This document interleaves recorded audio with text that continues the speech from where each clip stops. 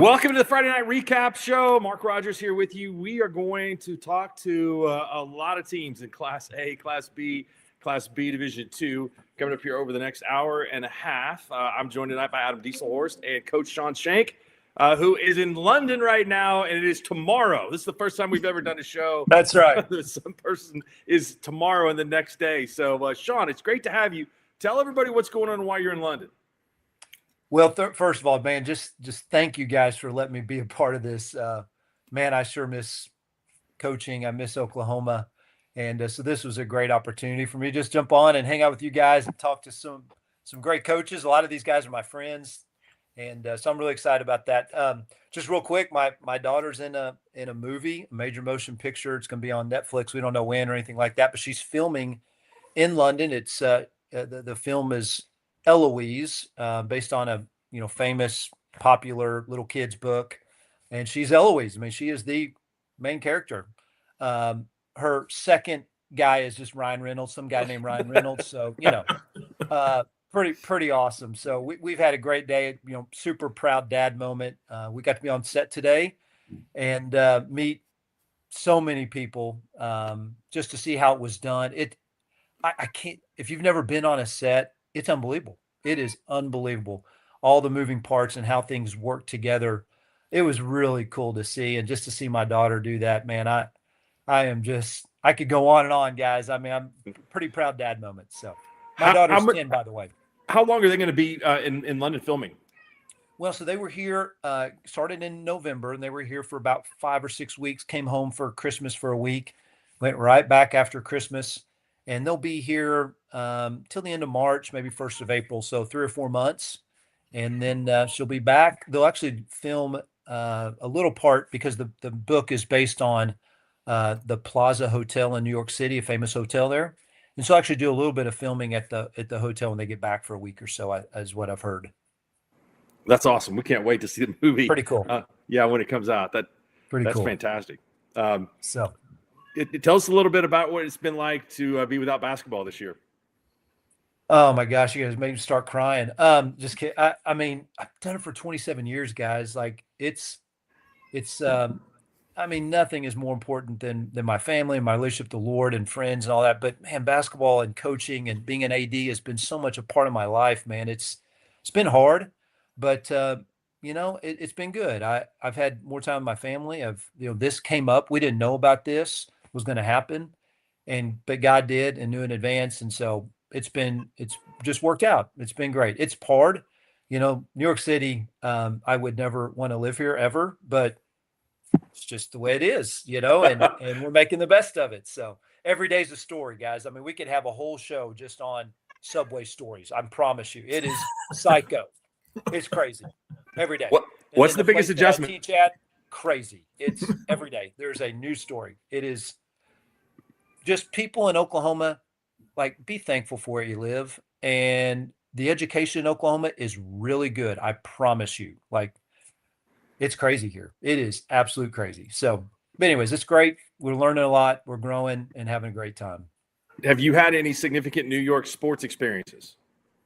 Not yet, man. I mean, just that, I'm a big Thunder fan and I wear it proudly. So big OU fan. And I was really proud this year. I didn't have to cover it up, we're not talking OU men's hoops right now, but on the football side, man. So nothing crazy. The people are passionate though. They really are they love the Knicks and nobody really likes the Nets. But there's some passionate sports fans here. There's a great OU football club in New York City that run by some people from Norman. So we'll have to get you hooked up. I need to know who that is. Yes. Yeah. That'd be awesome. No, they live it up. I met them when I was in Philly for the Temple game this year. Oh, that's awesome. So, okay. Yeah. I need to connect. Definitely. Tell me what you have been able to kind of stay in touch with when it comes to basketball this season in Oklahoma. Have you kept tabs? I'm sure you're keeping a little bit of tabs on Rinzai and Crossings and what's going on with them.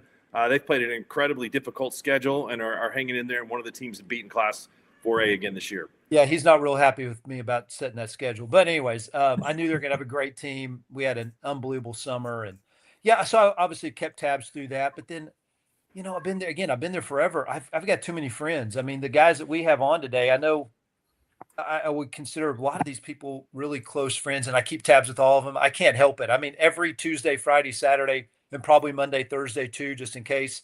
I'm checking Skordle. I'm checking rankings. Like I'm watching games, on various things whenever I can catch games. I got a lot of my friends that, in the coaching world that use Huddle or whatever, or Skordle. I'm catching games when I can for free. I'm watching all the time. So I have kept up as much as I can. Yeah, that's good. I mean, there's been some great competition this year, and Yep. really looking forward to as we get down the road here on regionals tomorrow night. We've got games going on right now all over the state that are being shown on Skordle and keeping up on the scoring app. So we'll Yep. talk about all of those things as we visit with all these coaches. Let's take a break. I'm going to let the Skordle cat outside, who just got let inside, that has been a pain here so far. So we'll do that. We'll come back and we'll get really ready to go down the road with Okarchi, both the boys and the girls teams, right here on a Friday night recap show on Skordle. 6 surgeons, 4 locations, 1 goal: to improve the health and lives of people in Oklahoma. At Oral and Maxillofacial Associates, we treat every patient like family.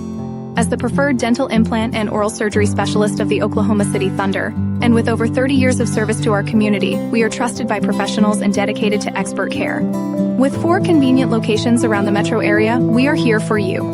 Trust the experts at OMA. Visit our website, www.omaok.com.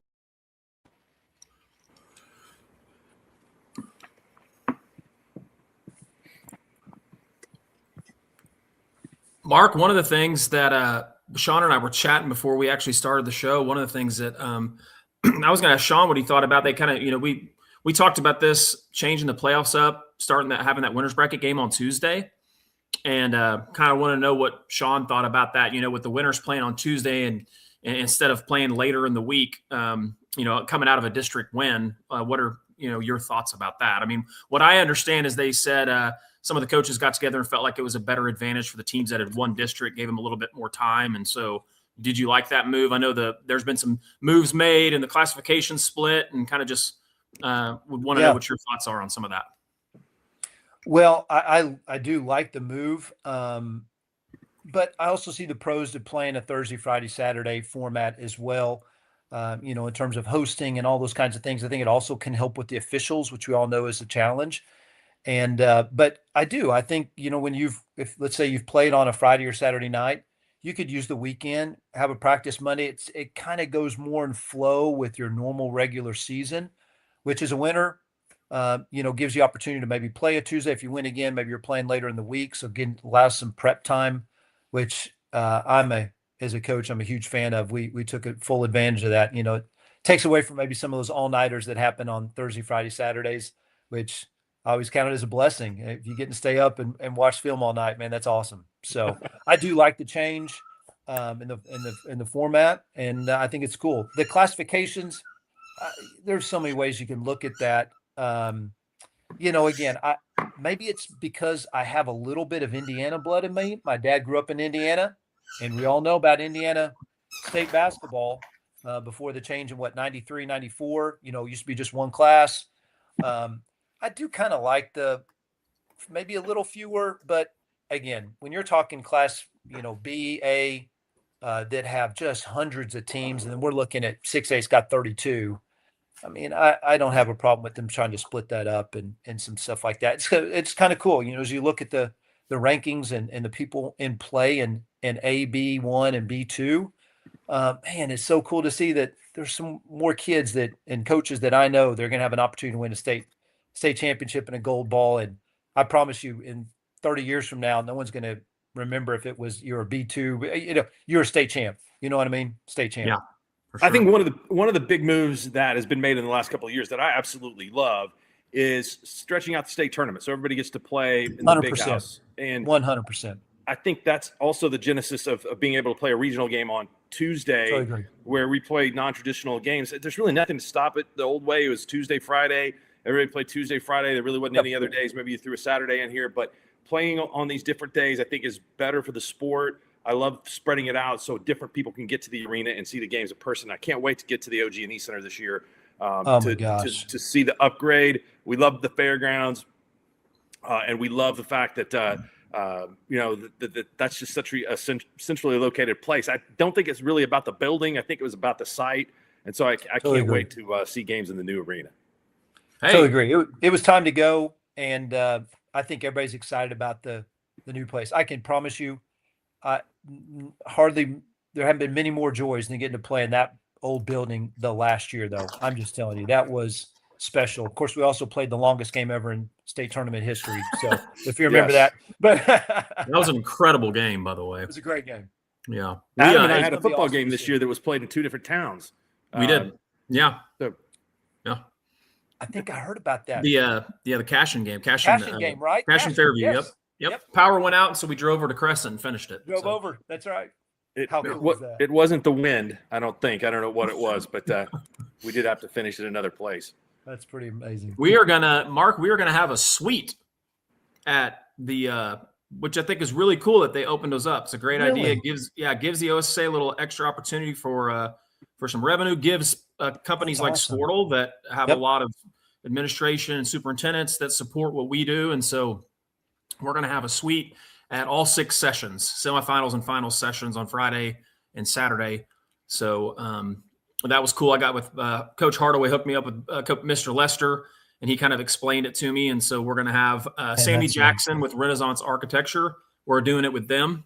And so we're going to have that there. And so I'm actually really looking forward to that. It's kind of, when you think about the difference between the big house, which, I mean, obviously everyone's going to miss, but it's pretty cool to say that now we're playing in a facility that's new enough and nice enough to have a mezzanine area and suites. Right. And that's going to be a really cool opportunity for these high school kids to get to play in an atmosphere like that. So is Coach Hardaway going to be the menu coordinator in there? Who's applied for that job? Well, I mean, hopefully he's playing, so he won't be able to. But yeah, I mean, if he's not playing, I'm sure he'll be the one who picks the food. We do have. Well, we know he's not going to be playing They just need to get all the cash, and whoever does their hospitality just needs to go ahead and do it over there. Like that's really easy. I mean, that's the greatest hospitality room. You're right. You're right. That's 100%. One other thing, Hinton had this stuff they called Comet Crack. If you haven't been to Hinton to get some Comet Crack, you got to go one time, go to the Hinton tournament, and they need to go ahead and have that stuff in there too. Can you explain what you thought was in the Comet Crack? Probably crack, but it didn't matter. It was amazing. So it had me hooked and addicted. So it's awesome. Just some snacks, sweet, savory. Man, it's big time. Yeah. That's great. Mark, I think we've got Okarche boys, if you want to bring them on. Oh, let's bring them in. Right. We got Coach West. We got Jet Muggenberg and Easton Roby, I believe, with us tonight. Yes, we do. All looking good, dressed similar. How you guys doing tonight? Oh, we can't hear them. They're on mute.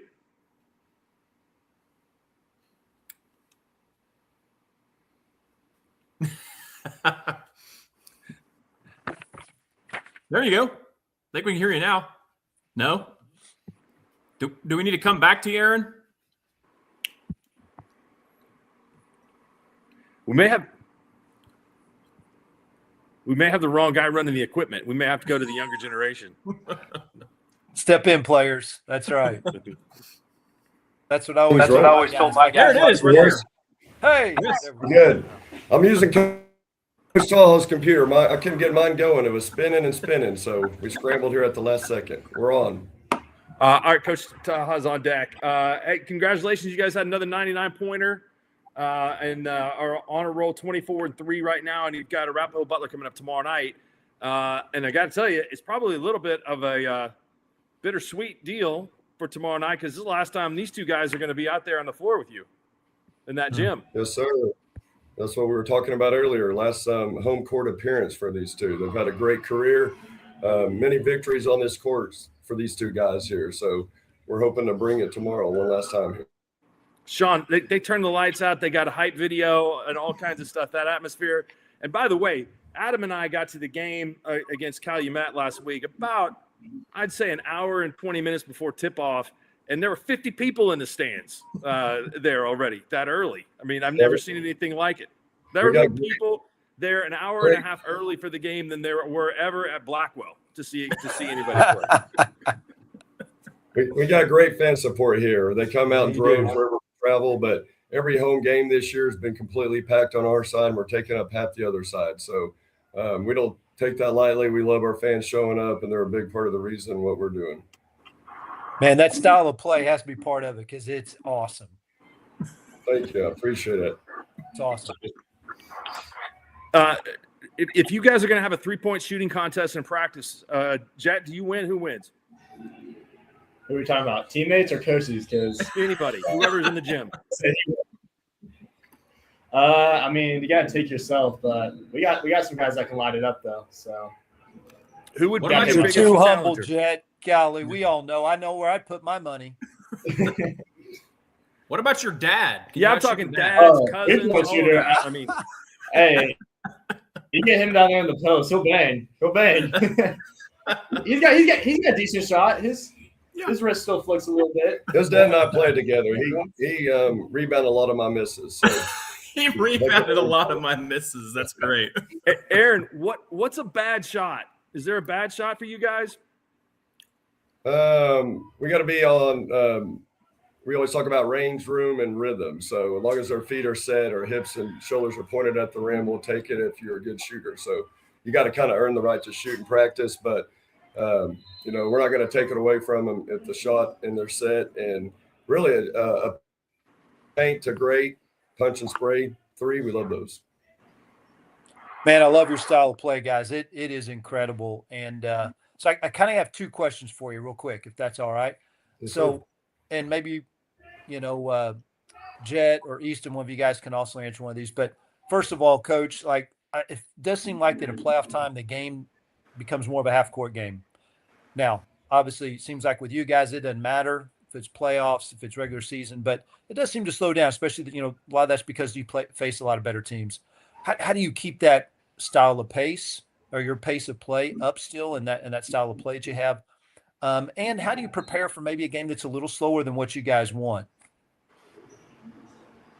Let me answer. Or you guys want? Sure. Coach, you All right. got it. I mean, every day in practice, we're working on a variety of different things. I mean, we feel like people got to play our way, so they got to work against us in our style. And it's hard to replicate that in practice. Now, the further we go down the road, obviously teams get better, right? But, we do stuff in practice. A couple of years ago, we got beat kind of when teams kind of slowed it down on us a little bit, but we work every day on half court stuff, and then we work on half court to the full court, and then we just do a variety of different things like that. And we work on things we haven't even shown yet, so we're constantly doing things. But in the playoffs, when you got great players that make plays, they can play both ways. So I feel like it's tougher for people to come play our way. To speed up, you have to be trained a certain way to play that way. I feel like we can always slow down and go anybody else's way. That's cool. Hey, guys, real quick, Easton, Jet, I want to hear from you. Your only losses this year, and I could be wrong, but I know you haven't lost many games the last 3 or 4 years. But only losses this year in the TOC. I'm so glad you guys got to go. Awesome experience. Tell me what you guys learned. I know you didn't want to lose, but just tell me what you guys learned in that. I mean, they're bigger teams, bigger schools, so they got athletes and stuff. But it really was helpful and beneficial for our team to see that quickness and style of play that that we're not always used to seeing, and then that'll help us down the road when we do play these better teams. Yep. And it gave us something that we can look at and what we need to get better on, because sometimes when you're beating teams, you just think, oh, you're good, you're going to win. But, it humbles you, and you need to see what you need to work on. Yeah. I would say our flaws were definitely magnified in the TOC, so it definitely helped on what we needed to work on more and just get better from there. And there's always going to be 5 guys on the court in the TOC that can just straight hoop. Yeah. I will say that's a great answer, Easton. Yeah, we learned a lot as well. These guys, that was some of our best practices when we got back from the TOC. These guys realized some of the things we needed to work on, and the great leadership by these 2 and the rest of the seniors. They were locked in a whole week or 2 coming back from the TOC with really great practices. That's awesome. Well, I would say I've gotten to watch you guys. I've been blessed to watch you guys over the years. I was really excited to see you guys play in the TOC. I thought you guys were really competitive. You fought, you battled. Yeah. And so even though you came away with 3 losses, I thought, you really play two of the best games I saw all week were 2 games you guys were involved in. And so it was a lot of fun to get to watch you guys play over there. So that'd be something that I would say. Well, appreciate it. Yeah, these guys, they come to compete night in, night out. It don't make a difference the type of teams we're playing against. And we always kind of have that motto. If we're playing a team that hasn't won a game or we're playing the 86 Celtics, we're going to try to bring and go down fighting that way. Not many rebounds I've seen anybody take away from Easton in the last couple of years. So, yeah. Hey, good luck on going for the 3rd. And tomorrow night, you guys have got Arapahoe Butler in your gym. So we appreciate your time and for joining us tonight. I appreciate what you. That's right. Guys, Jed, hey, nice you and Braden, my boy Buckingham, you guys are the new Splash Brothers. All right, don't forget it. Well, I won't. Good luck to you guys. Thank you. Appreciate it. We're going to swap out and let the Okarche girls come in and join us in here. Then we'll have the Garber girls followed by the OK boys, and then we'll just go on down the line with some great teams here in Northwest Oklahoma and parts beyond. So that team is fun to watch, and it's scary sitting there with the type of pressure that they're able to put on and the pace that they can create. And I think it's you go back to a couple years ago and they lost in the first round. It's gotten better and better and better. So yeah. Very, very impressive. The one thing that just, being what Mark and I do, and we're blessed to get to call a lot of games. And the thing that amazes me watching them play is the style they play. They speed you up so much, and they get you kind of playing a little bit, what I would call a little bit helter-skelter and kind of out of position. And they're okay, almost kind of like with giving up some easy buckets every once in a while because it keeps the pace of the game where they want it to be. That's right. And so you're sitting there and you're watching, you're like, man, they've had a lot of easy buckets, but they're on the other end hitting 5 threes while they're turning it over 3 times and making 2 layups. And you look up at the scoreboard and you're like, it's 15-4, and you're thinking they're getting easy. It's just, it's pretty wild to watch, And yeah, I could ask Aaron all sorts of questions because it does seem like if they can get 2 or 3 of those kind of 15-8 runs, they win by 20. Yep. And normally it turns into way more than that. But I mean, that's the philosophy. You're blowing people out. If you can just get a few of those runs in a game, and they happen so fast. I mean, it's so fun. It's fun to watch. It's hard to play against. Yeah. One of the things that we've had going for us tonight specifically is that snowed out a lot of those Saturday tournament games and Friday tournament games. We have some pretty big matchups going on around the state. Bixby and Mustang played girls game tonight. 2 teams that are both a 1 or 2 seed. Bixby beat Mustang tonight, 56-52 at Mustang. That was a really good game for those teams to get together and schedule a game that normally wouldn't. I know Carl Albert played Edmond Memorial last night in the girls' side, and so we've seen a lot of those that have happened last night and tonight. Speaking of girls, Mark, we got Okarche girls. You want to bring them in? Yeah, let's do it. Let's bring in Coach Taha and Katie Parham and Allie Bostert tonight. Did I get that right, Allie? Bostert. Okay, I'm sorry. I butchered your name in the game that we had. My apologies. I apologize.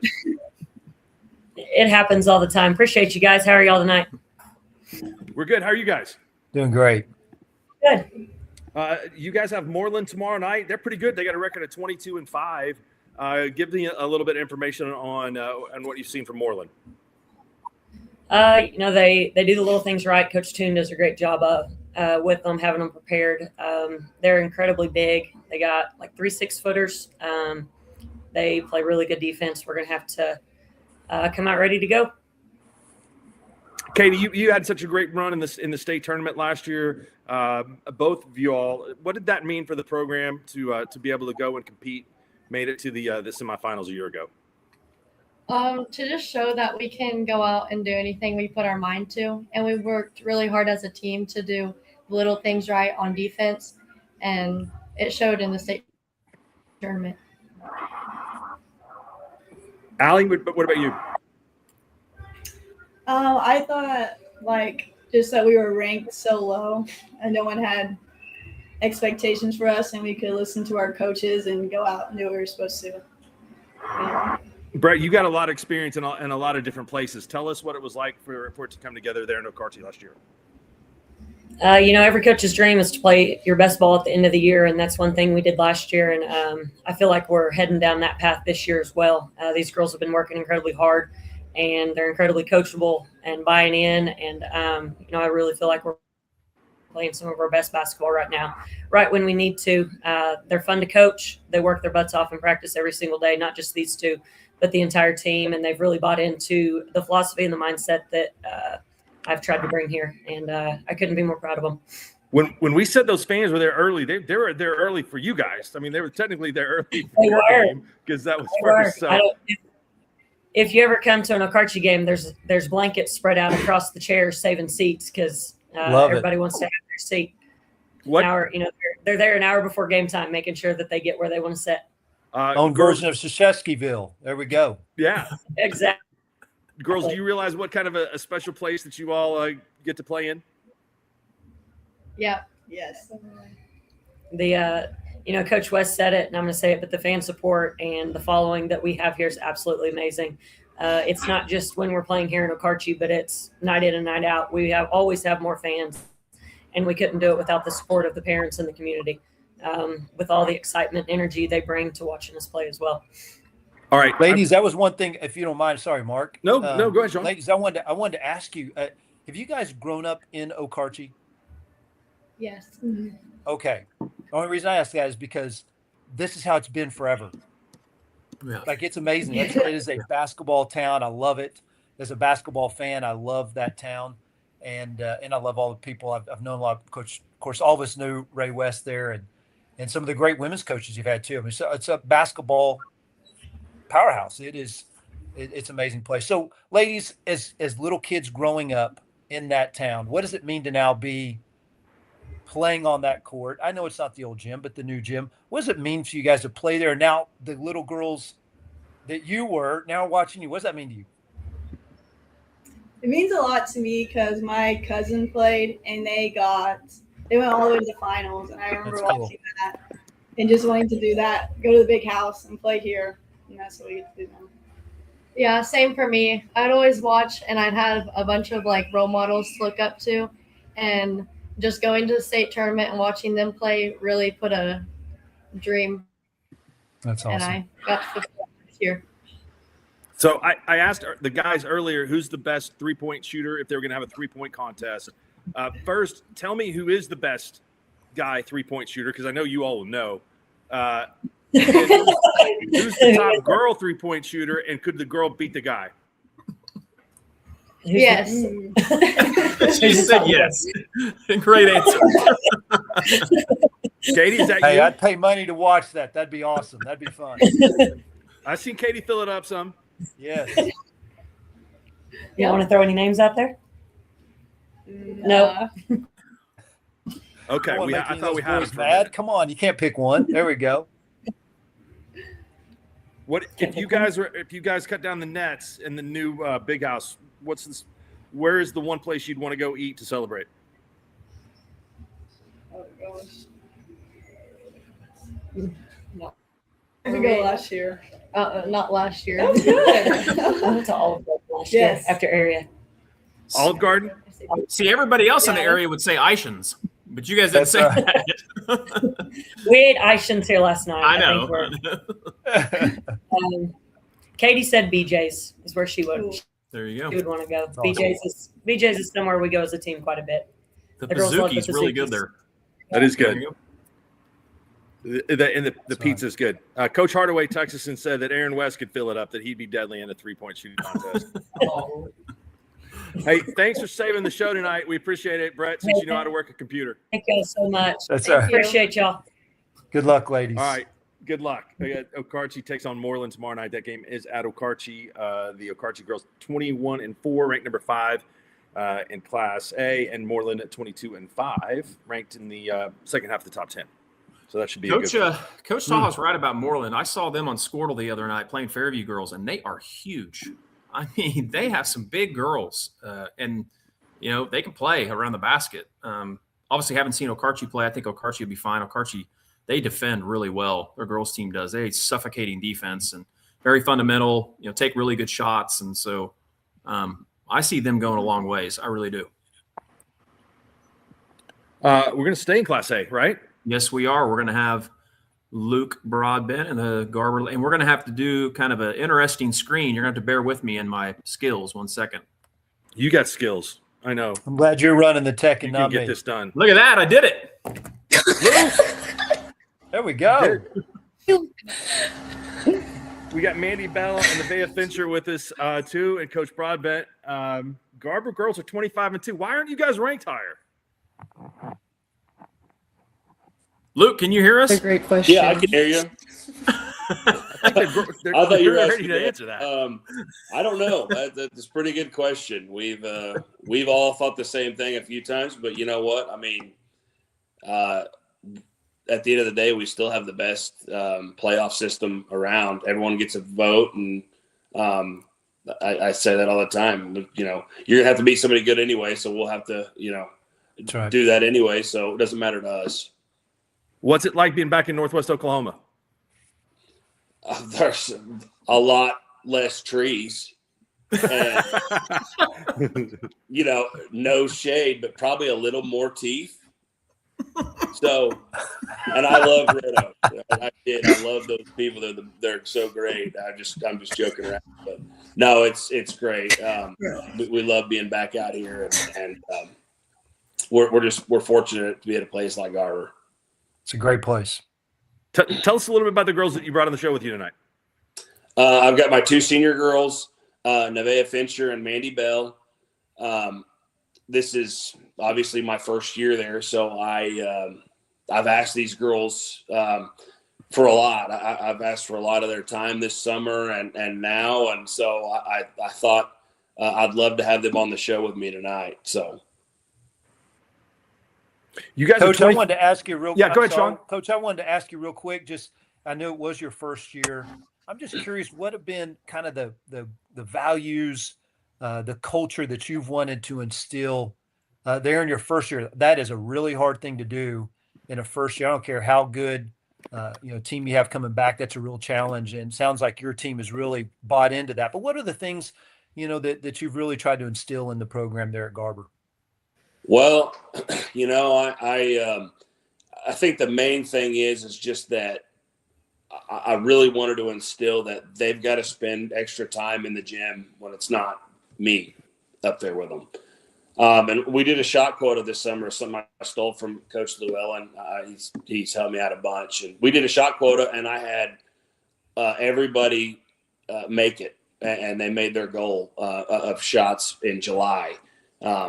Even Mandy got to shoot some. She had cut her finger this summer, and she even still made it. So I've asked a ton from them as far as just from a work ethic standpoint, and they have answered the bell every time. They wanted that. They've really stepped up in that aspect. Well, ladies, kudos to you for doing that. That's awesome. I think it says a lot about your leadership to get your team to do that. Mandy, which hand was it? I'm curious, shooting hand, or were you getting those shots up with? No, it was my left hand. Okay. Good. Yeah, it was my left hand. Okay, so you're good then. All right.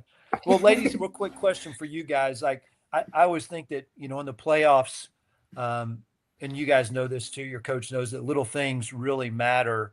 I'm just curious, who would you shout out on your team that kind of does those little things that really impact winning? Definitely Kaylin What are Bond. those little Kaylin things? Bond. I'm sorry.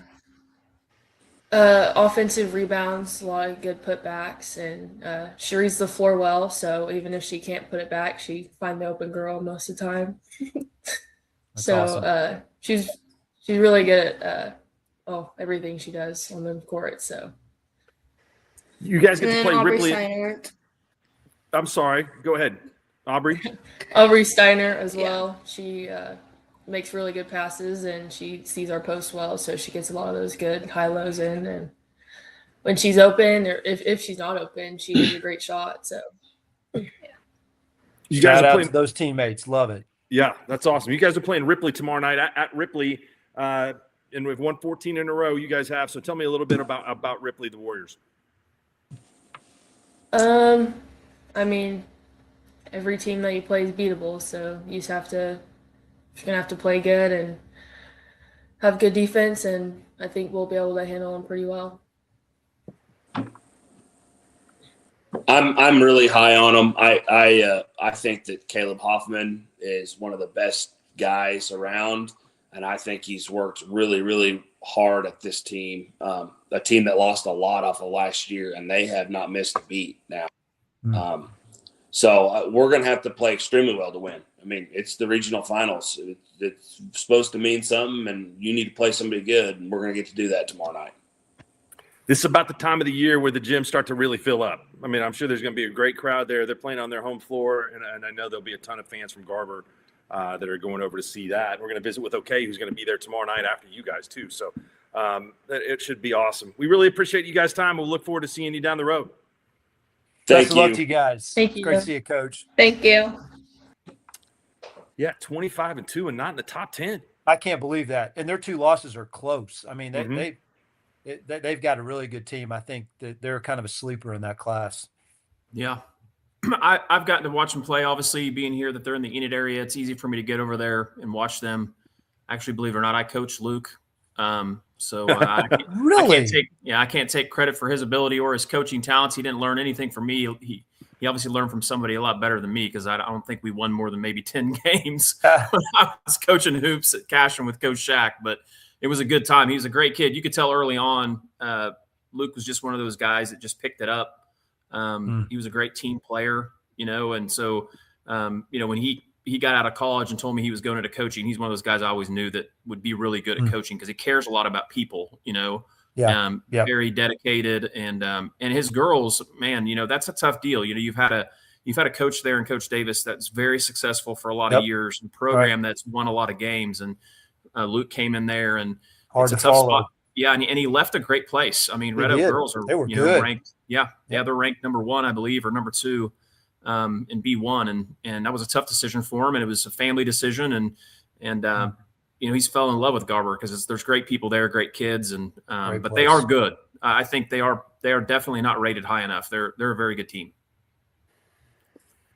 Yeah, it'll be fun to watch them go the rest of the way. And man, these classes there's going to be some really fun games in those areas as they come forward in the state tournament. I mean, I think there's a lot that are up for grabs. Yep. I think we're going to go to OK, which I got to watch OK the other night at Garber. It was a lot of fun to get to watch them play. Got to see Coach Clark. I hadn't seen him since the TOC, and it was a lot of these 2 guys that are coming on alongside Coach Clark can really hoop. So it'll be fun. You guys ready to bring them on? OK, boys? Definitely. Let's do it. All right. Awesome. We got Chad and Chase, the Clarks. We also have Trapper Walker with us tonight. And y'all getting some shots up? Just finished. Okay. Let's go. I can still out shooting. All right. I mean, I that's believe a lie, you. I believe you. Chase. We all know that's a lie, isn't it? Don't be Come nice. on, In his dreams. Okay, boys are 21-3, and you guys have played up against a bunch of quality opponents and some really good tournaments this year. You're used to going to the big house every season. What's it been like this year? And tell us where you feel you are as you make that 2-week run to try to get back to Oklahoma City. Hey, appreciate you having us. I'll tell you, it was unknown coming into this season. We graduated 4 last year and 4 the year before. And so a lot of inexperienced guys, but they have truly put the time in since the very end of last year is when it starts. As soon as that state tournament's over, it begins for next year around here. And they put the time in, and it's been one of the funnest seasons that I've had. And you come in thinking we're going to be the underdog, which I was looking forward to. A little less stress, maybe a little less pressure, but here we are again. I'm feeling the stress now. I'll tell you that. Love it, Coach. It's great to see you guys, man. You guys, it's been so fun to get to meet Coach. Sorry about that. I'm losing you guys. Can you hear me? Coach, can you hear me again? Not getting an answer. I can hear you, Shawn. Sorry about that. I'm losing you guys.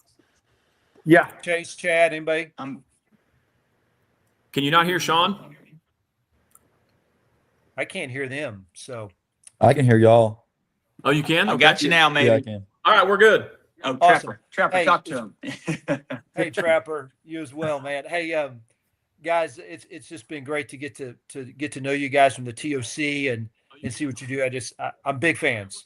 But sir. I just got to ask you guys, like, I've got a son that's a freshman, and unfortunately, I'm not getting to coach him right now in my current situation. But what's it like, Ben, that relationship, father son, and all the state tournaments and all the experiences that you guys have had?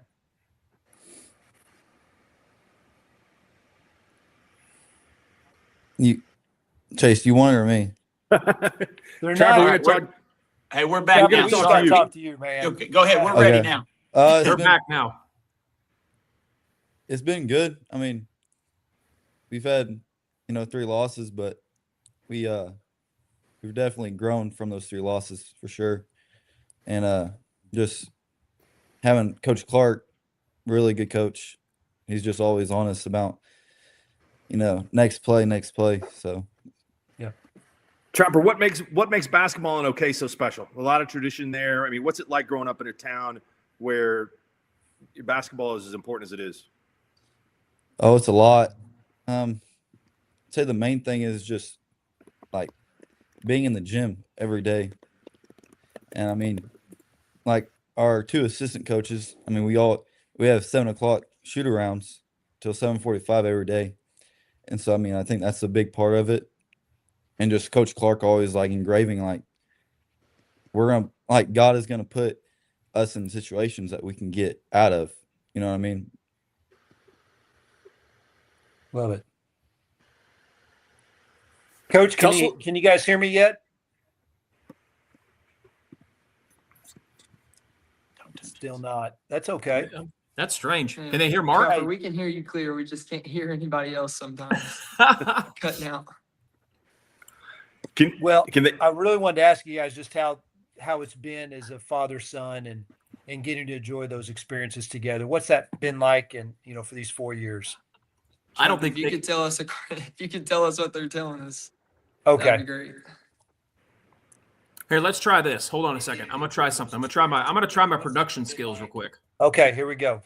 Let's see what Adam's worth here. Now they're froze. No, they're back. Can you guys hear us now? I don't think they can hear us. Trapper, you can hear us, right? Yeah, you're good.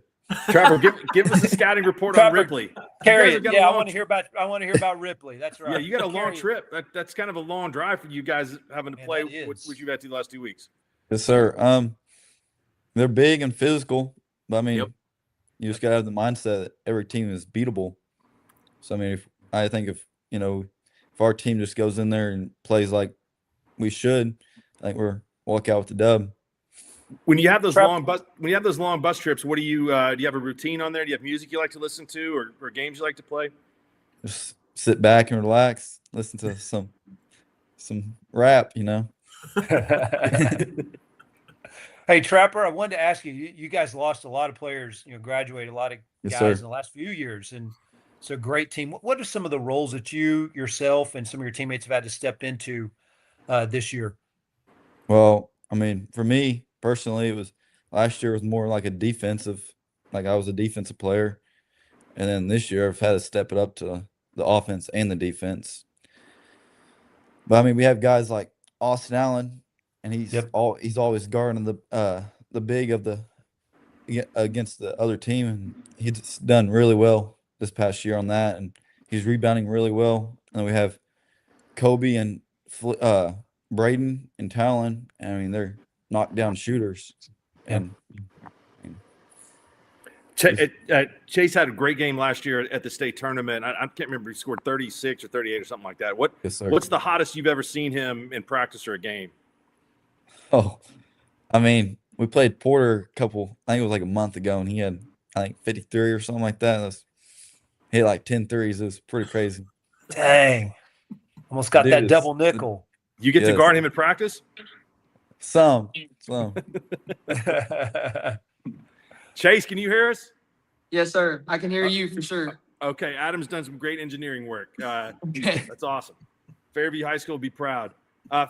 What's your best game this year in your mind? Not necessarily maybe your highest point total, but what was your best game?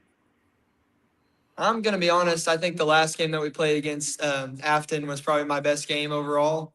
The whole season, I feel like, I've had some pretty decent games to be proud of, I guess. But that last game kind of being not 100% and going out there and I felt like I got all my teammates going just as well as I got myself going. So it was just all around a great game, I felt like.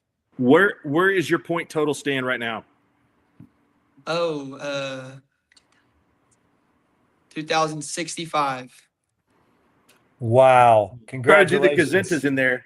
I know that Muggenberg got over 20. He's got over 2,500. So you guys had pretty good duel last year in the finals. I'm sure that's got to be a little bit of motivation for you. Don't want to get too far ahead, but there's been some great basketball in Class A the last couple seasons. Yes, sir. Coach Clark, we talked about a little bit of a rebuilding year this year. You got to be happy. A lot of times when seniors graduate, people expect a down year, but they don't take into account the guys that have been in the gym, have had to practice against those guys, and the tradition that's been built up and the expectations that they carry on and perform. So does this team, is it rounding into form and have what it takes to get to Oklahoma City? Oh yeah, you're spot on. That's what it is. They see what it takes. They're in there. They see all the good times, the bad times, and it prepares them. I never knew that, but what you said is spot on. They want it just as bad. It means they know how important it is to the town, to us coaches, to their families, and honestly, just that hard work and how hard they play each night is what gets it done. Hey, we really appreciate you guys. Sorry we had some technical difficulties, but we'll look Yes. forward to seeing you all down the road. Yes, sir. Yes, sir. Thanks for Chad, having Chase, us. great to see you Thank guys, you. man. I wish I could talk to See you you guys. more, but best of luck to you guys. Thank you. Take care. 21-3 for the OK boys. And last Good year they dudes lost, right there now, man. lost in the finals Those are to some of the best guys in the world right there. Okarchi. Clark's Yeah, they awesome. lost 67-54 in the finals last year. They had some kind of gremlin going on with their connection. That was weird. So That was weird. Yeah, they did give Okarchi. They really played him well. I mean, Yeah. we all know Yeah. how good Okarchi was too. So yeah, I wanted to ask the Clark kid if he had more points than his girlfriend, because his girlfriend's the girl from Lincoln Christian, right? The Stewart think girl's so, going yeah. to Nebraska. Yeah, I think she's got a lot of career points too. So dude, that'd be a lot to live up to. it's a lot of points there. Yeah, He's going Yeah, he to can play, to man. Northeastern. Northeastern. He's a Yeah, heck of he a is. player, man. he's a great player. He's going to be a great collegiate player too. He's got a good build. He handles the ball really well. He'll be able to Strong, play guard can position. guard. Yep. I totally agree. Yep. And I love that. I know our boy Jim Traber always says that loyalty in professional sports is like the worst thing. I love that they've stayed loyal to OK, because that kid could have left. I mean, I'm sure everybody's probably heard some of that stuff, and just I love the loyalty in high school sports, and I think that kid and his dad are, that he probably could have gotten several coaching jobs and decided not to, and I love it for that town, that community, and what that's meant to them, and what a cool thing. Wish I could have asked though about the father-son. I just love that. I think as a dad, man, what's that like? Yeah. You want to bring on the Leedy? Leedy's ready, I think. Let's do it. Want to bring them on? Coach Beer. Yep. Hey. Hello. Is y'all doing? everybody's audio good? Yeah. Tell us what set the scene for us. What is happening right now at 8:20 in Leedy? Nothing. Nothing. Nothing, right? Nothing. Okay, it'd be a good time to get. Well, I'm glad that we can talk to you guys. Now, Coach Beer, joined by Daisy Danielson, Blake Puffenbarger, and Gracie Stidham. Y'all are 22-5, ranked number 3 in the class, and you guys are going to play Buffalo tomorrow at Visay. So y'all made it to state tournament last year, and I think lost in the first round. What's the mood like, and how excited are you guys to try to get back to Oklahoma City?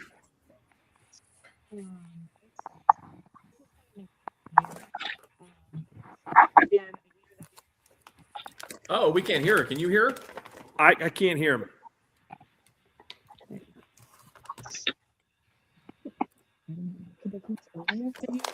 There we go. There we go. A little bit. Yeah. Adam, you're going to have to do some more great engineering work. Yeah, that's strange because we can hear the girls.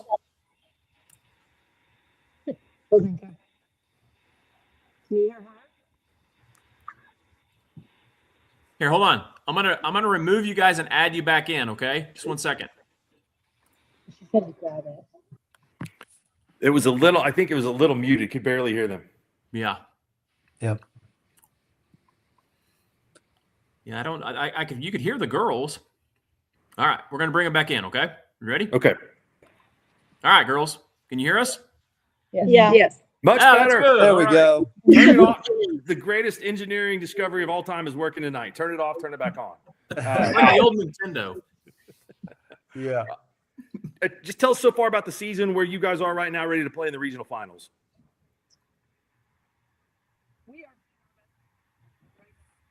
Oh, we lost him again. Wonder why it keeps doing that. I don't know.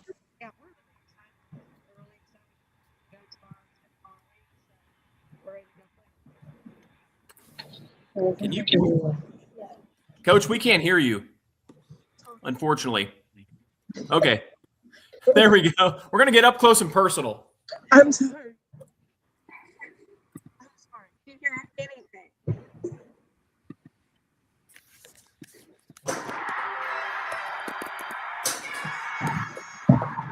All right,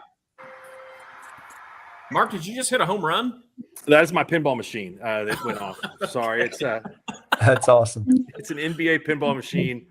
So Can you hear us now? barely. We can hear you a little bit. Okay. That's better. I think you got this part of over. Yeah. All right. Okay. Everybody has. Everybody's gonna have to get really comfortable.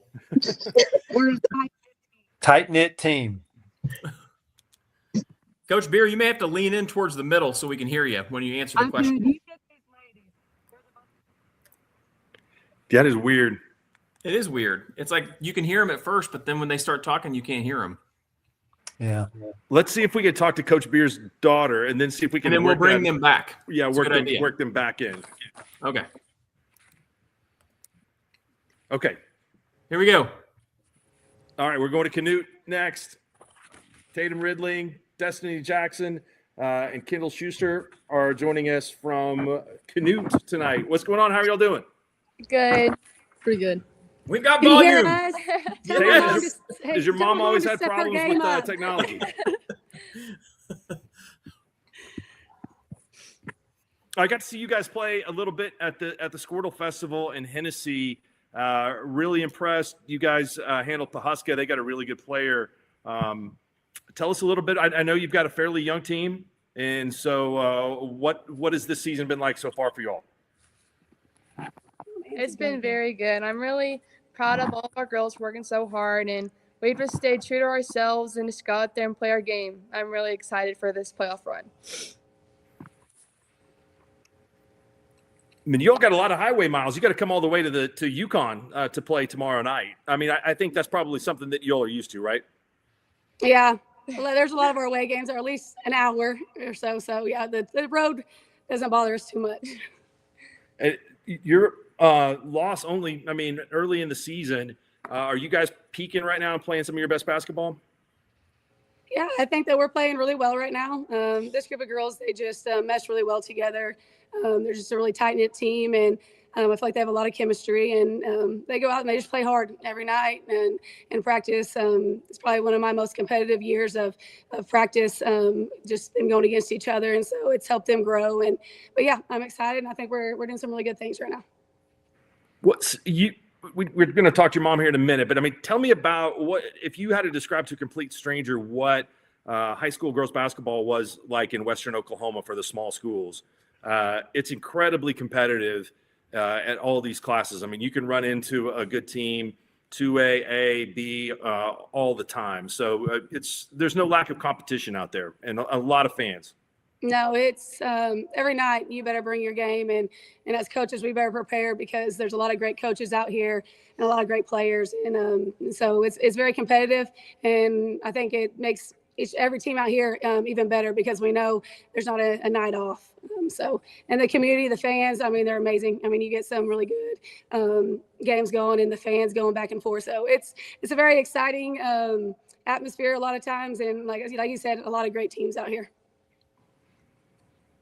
It's been a little. I know you guys made it to state last year, but it's been a little while, right, for the girls team to be this competitive. I mean, so the community has to be, I think, all in and really excited. Adam, there's like 6 gazillion people at Hennessy the other night. I mean, they had more. I mean, the fan base is really seems to be following you guys. Oh yeah, that's one thing about Canute. We have great fans. Our community backs us. The parents are amazing. And we always travel well. I mean, they don't care where we're at. They're coming, and they'll bring carfuls of people with them. So we always have the fans, and they're always loud. Adam's going to be calling your game tomorrow night. Do you guys have any requests? Would you like to be referred to any nicknames that he can give out tomorrow, or anything any shout outs you want to give? I would use that term loosely. I'm the color guy. I don't really call the game. That's Tom Nelson's job. But no, I got to watch you guys at Hennessy. You were I was telling Coach that you guys are a lot of fun to watch. I like your style. You know, you guys defend really well, put pressure on the ball. You're not afraid of just firing up some shots. I love it. You know, so it's fun to watch. And I think Destiny, you went over, was it 1,500 points? Yeah. Yeah. And I like your sweatshirt. Congratulations. So double kudos to you. That's right. Hey, Coach Ridley, I had a quick question for you. Coach Shenk, by the way. As a basketball fan, the top of your class, I can't wait for that state tournament. I mean, Caddo, Canute, Surreal, Ampo, like there are Okarchi, some great teams at the top. As a basketball fan, we're all excited. Can we just go ahead and get to the state tournament?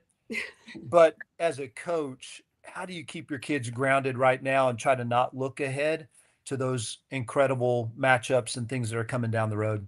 Yeah, I try to just focus on the game at hand. So right now, the one thing we've talked about is Alec and our game on Saturday, and prepping for that and getting ready for that. And when that game's over, then we'll focus on our next. But never looking too far. I mean, obviously, we always want to know what our goal is and keep our goal in mind and have the center focal point of what we're trying to achieve. But you can't get there until you take care of business of the games that's in front of you. So our main focus is always just taking care of business of what we're trying to achieve. That's awesome. Ladies, hey, quick question for you guys. Just what's one thing that adversity or difficult challenge, maybe something like that you guys have faced this year and had to overcome? Well, we lost to Merritt in the beginning of the season, and I feel like we just came out there very timid, and then we played them again at their own tournament, and we beat them in the championship. And yes, we just went out there and played our game and just came out with the win. Love it. How geographically, how far is it between Merritt and Canute? Oh, 15 minutes. 15 minutes. Yeah. Okay. It's close. Talking about two good girls teams. I bet you those are fun games to watch. Yes. So Coach, I got to give you credit. You pronounced Alec properly. Yeah, she did. That's right. And how many times did your girls call him Alex this week? Honestly, I think the first day I said Alex, and then I said, no, that's not right. I think they told me it's Alec or Alec, and I was like, I'm just gonna go with Alec. You can say Alec, but if you're around Chickasha, it's Alec. That's how they say it. Don't mess it up. Yep.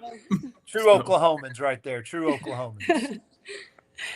That's awesome. Well, congratulations. We look forward to seeing you guys as you guys continue to compete and head towards the state tournament. So thank you all for joining us tonight.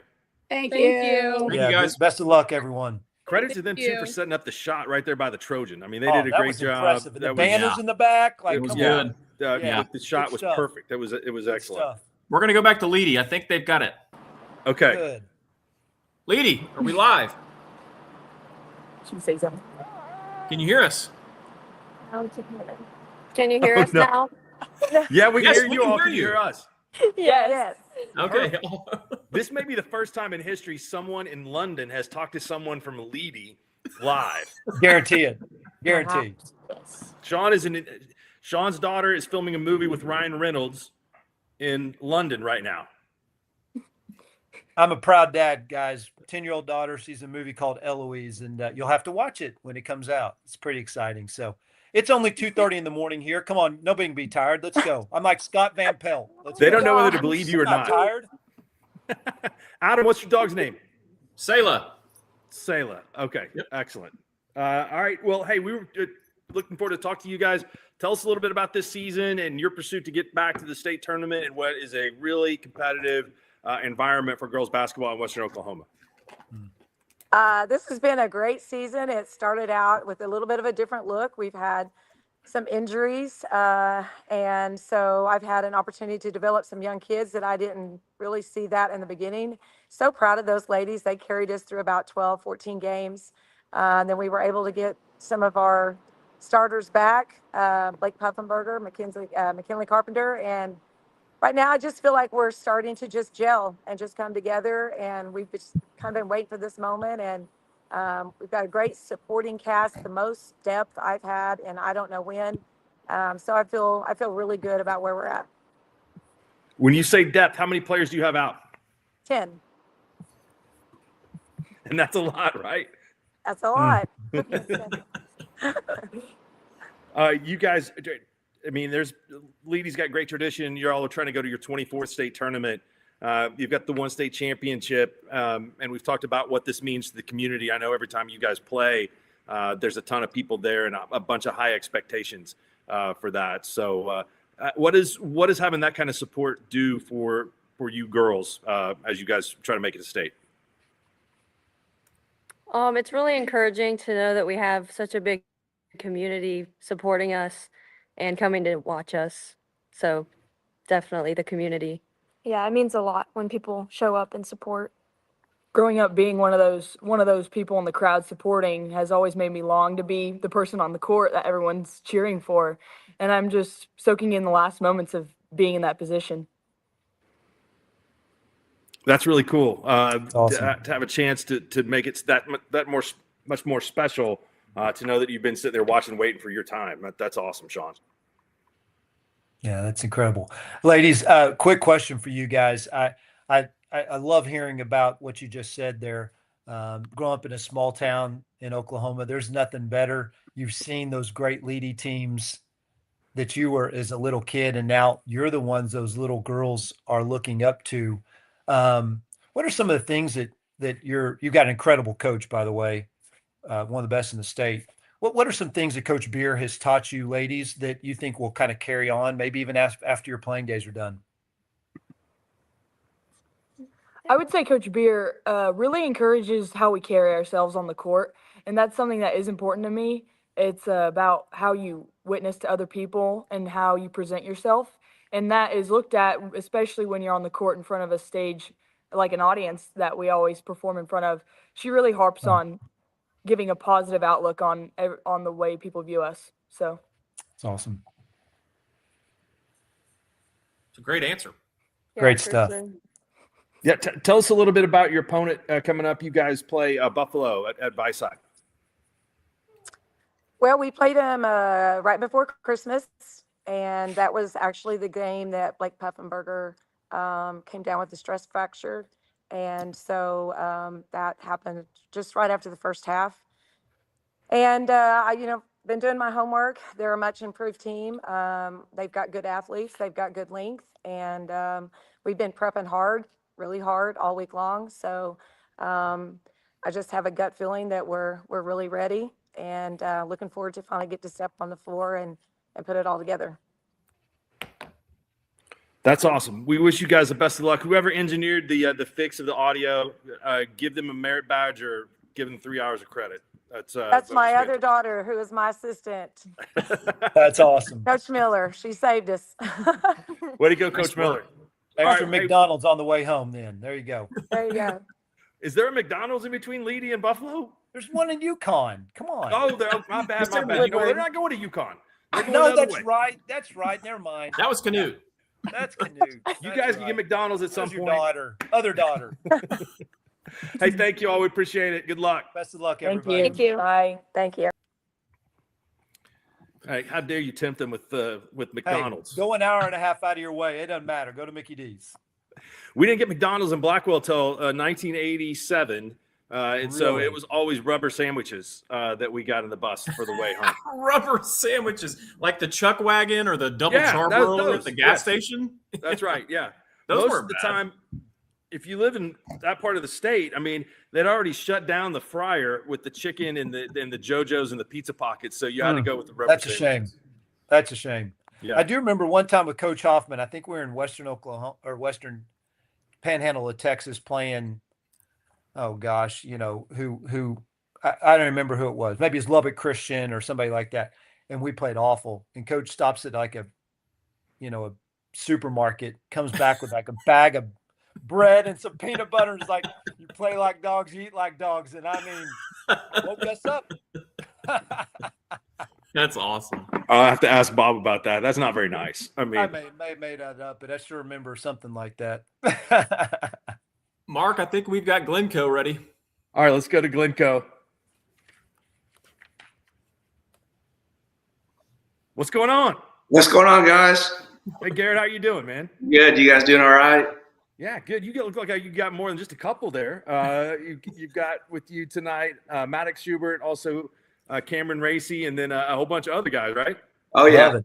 Yeah. Looks like a Thunder interview, post-game interview right here. I love it. Yes, sir.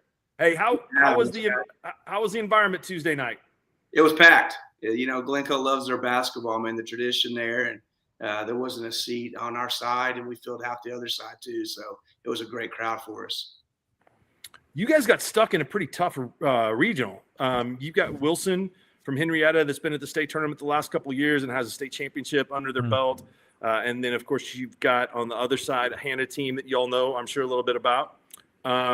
So tell us about Wilson, what you see from them tomorrow night, what you expect. They got a lot of experience. Nothing's going to spook them. That crowd's not going to spook them. They've been there before, won a state title, semifinals last year. They're tough. They're physical. They go as number one goes. He's their point guard. He's been there.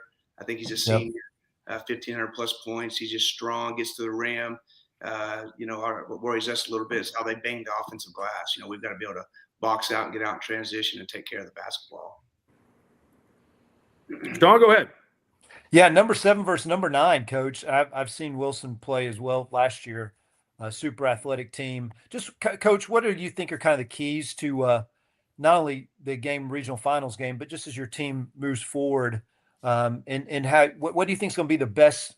Get the best out of your team. What are the things that you want to see from your team to be the best they can be? I think Saturday we're going to take care of the basketball. They're going to get up and press you, but we play that way too. So yeah, we're going full court pressure. We want to play fast just like they do. We just got to take care of the basketball.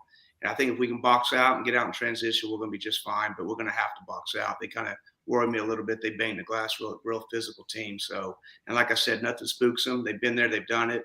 But we're at home and we're undefeated at home. So, my guys are kind of, be honest with you, inexperienced a little bit at this level. So excited. We got to settle in that first couple minutes. And if we settle in, I think we'll be just fine.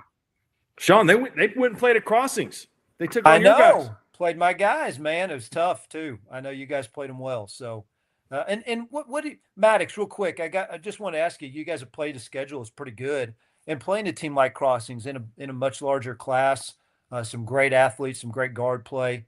What'd you learn from, that experience playing some teams that are really good, and what'd you learn, and how's that going to help you as you move forward in the playoffs? I feel like they were just a lot more athletic than us, and that helped us. That's going to help us throughout the playoffs because we're going to face more athletic teams. They're just like a really good, skilled basketball team. Cameron, how's it playing for Dad? I got to ask. Yeah, go ahead. I've got a son that's a freshman. What's that father-son relationship like? Obviously we butt heads a little bit in practice, but other than that, it's been good. That's awesome. Enjoy it. Both of you enjoy it. That's pretty cool. Cameron, tell me a little bit about what the community of Glencoe is like playing there and the support for the basketball team. We just feel really loved when everybody comes to the games, cheers loudly for us, and just like they have our back 24/7. No matter what we do, where we're going, who we play, they're always there for us. Hey, I'll tell you what, the Wesleyan Christian team that you guys played on Tuesday night, that's not a bad team either. That was a tough test. They had 20 wins coming into that game too. And so that was, I think, definitely a good test to have in the first round of regionals. But yeah, last time that you guys are gonna get to play in the gym this year, so I'm sure that's special for you guys. Class B boys is really good. I mean, this year it's got a lot of good teams in this.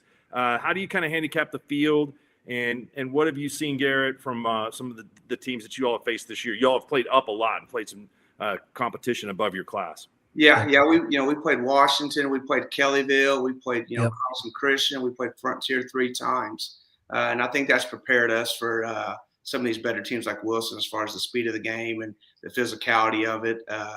But yeah, Class B's loaded. This is my first year coaching, and it seems like we're undersized in every single game, and so we just work really hard, play really fast, and try to get out in transition and score quick. And our best offense is no offense. So.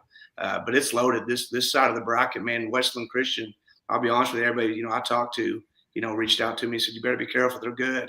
And they gave us a heck of a game. So we got our hands full on Saturday night with Wilson, but I think we're ready to go. That's outstanding. You guys, tell me, for the players, I know you guys are playing at home. You guys have any superstitions, anything that you all do a routine before the game? Put lotion on for everything. we got one that puts lotion on for every game. Anybody else? No. Is that Jergens? What kind of Cocoa butter. Bath and Body Works, he said. Like scented? Yes, he likes scented. Hey, scented man, that's for sure. So. That's who I want to sit next to on the bus. I mean, he's going to smell good. So don't tell Wilson that we're wearing scented. That's right. Well, congratulations on being the best smelling team in Class B. Maybe you guys can be the best playing team in Class B here in a couple of weeks. So I really enjoyed following you all this season, and I know you got a ton of passion in the community. So we're ready to see more from this journey. So we appreciate your time tonight, guys. I appreciate you guys having us on. Best of luck to you guys. Thanks a lot. All right. I mean, hey, there's nothing wrong with putting a little lotion on, right? I mean, maybe it makes you a little slick. Can't really grab you, I mean, right. There could be some benefits. There you go. I'm going to bet that Brady Hamer doesn't put lotion on before games. I have a feeling it's not happening. You want to bring him on next? Was that a good cue in? That was good. Good cue. Okay. What's up, Coach? Brady. Just on my forehead. What's happening? Yeah, you don't want that peeling up there. That's not a good situation. So you've got Lydia Nichols and Katie Griffith with you tonight. So tell us a little bit about them. And, of course, you all are no stranger to making it to the state tournament. You've been there 5 times in a row. Coach, you got 7 state championships, which is incredible. But give me a scouting report on your 2 tonight. Yeah, Lindley and Katie have been with our program a long time. I actually coach both of their moms, and so I've been here a long time. And they've been dreaming about these opportunities. They've been there for the last 3 years at the state tournament, and they want to do it again. It's hard to go home if you're like a little bit upset with Coach, because your mom can say, "Oh yeah, I know all about that," right? I mean, you all get any sympathy when you go to the house if you've had a bad practice? Yeah. That's awesome. You guys, y'all are 17-9, but I mean the schedule is incredible. You brutal. all face some really, really good teams. Is that I know you want to win every game, but as players, do you guys recognize what has happened in those losses and what you need to do to overcome when you're playing more like competition? Yeah, definitely. I mean, every loss has been a learning lesson for us. That we have, like, our schedule has been one of the toughest schedules that we've ever played, and I think from every loss that we've learned things that we need to fix, like just small things really. But I think from then and now, like, we have grown a lot. It's not losses, it's learning, right? Yes. Exactly. Coach, you've been there a while. What a great tradition there at Sealing as well. Like it's just tremendous. But every season's unique. I'm just curious, what are some things that you feel like, the kind of the keys for your team is not only in regional finals, but as you move forward in this playoffs, what are the things that you're really focusing on that your team's got to be really great at to be their best? Yeah, it always has been, and the girls will tell you that. Defense is number one with us, and they've worked extremely hard. These are only 2 starters we had back from last year, and so we have 3 young players they're getting really their first experience in big games, and like I said, they've worked their tail off to get better on defense, and like I said, we're super excited about kind of where we're at right now. Yeah. Ladies, growing up in a small town, there's nothing better in Oklahoma. I think it's just amazing.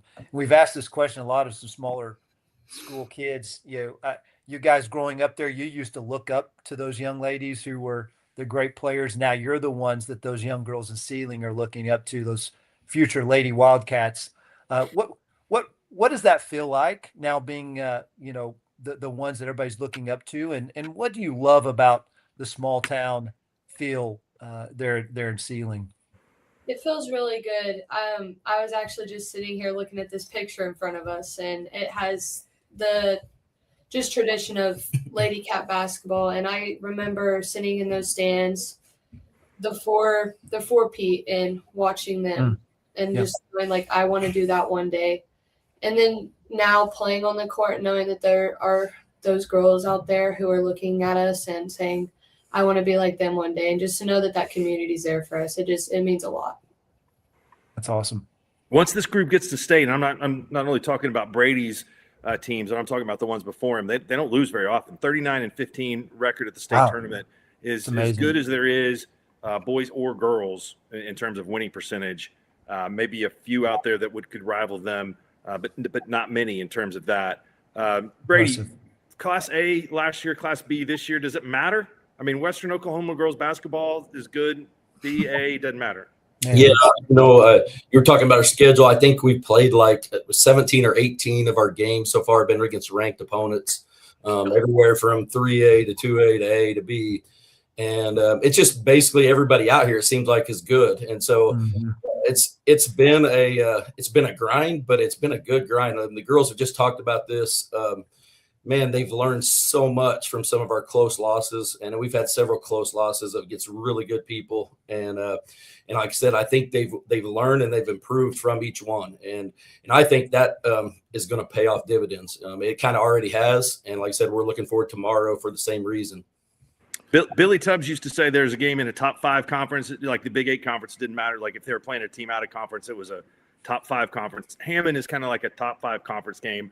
You guys beat them pretty good earlier this season, but they're defending state champs. They're coming into your building, which has got to be good for your girls to go out there one more last time at home. Talk about the rivalry, if there is one, between those two teams, that because they've had so much success.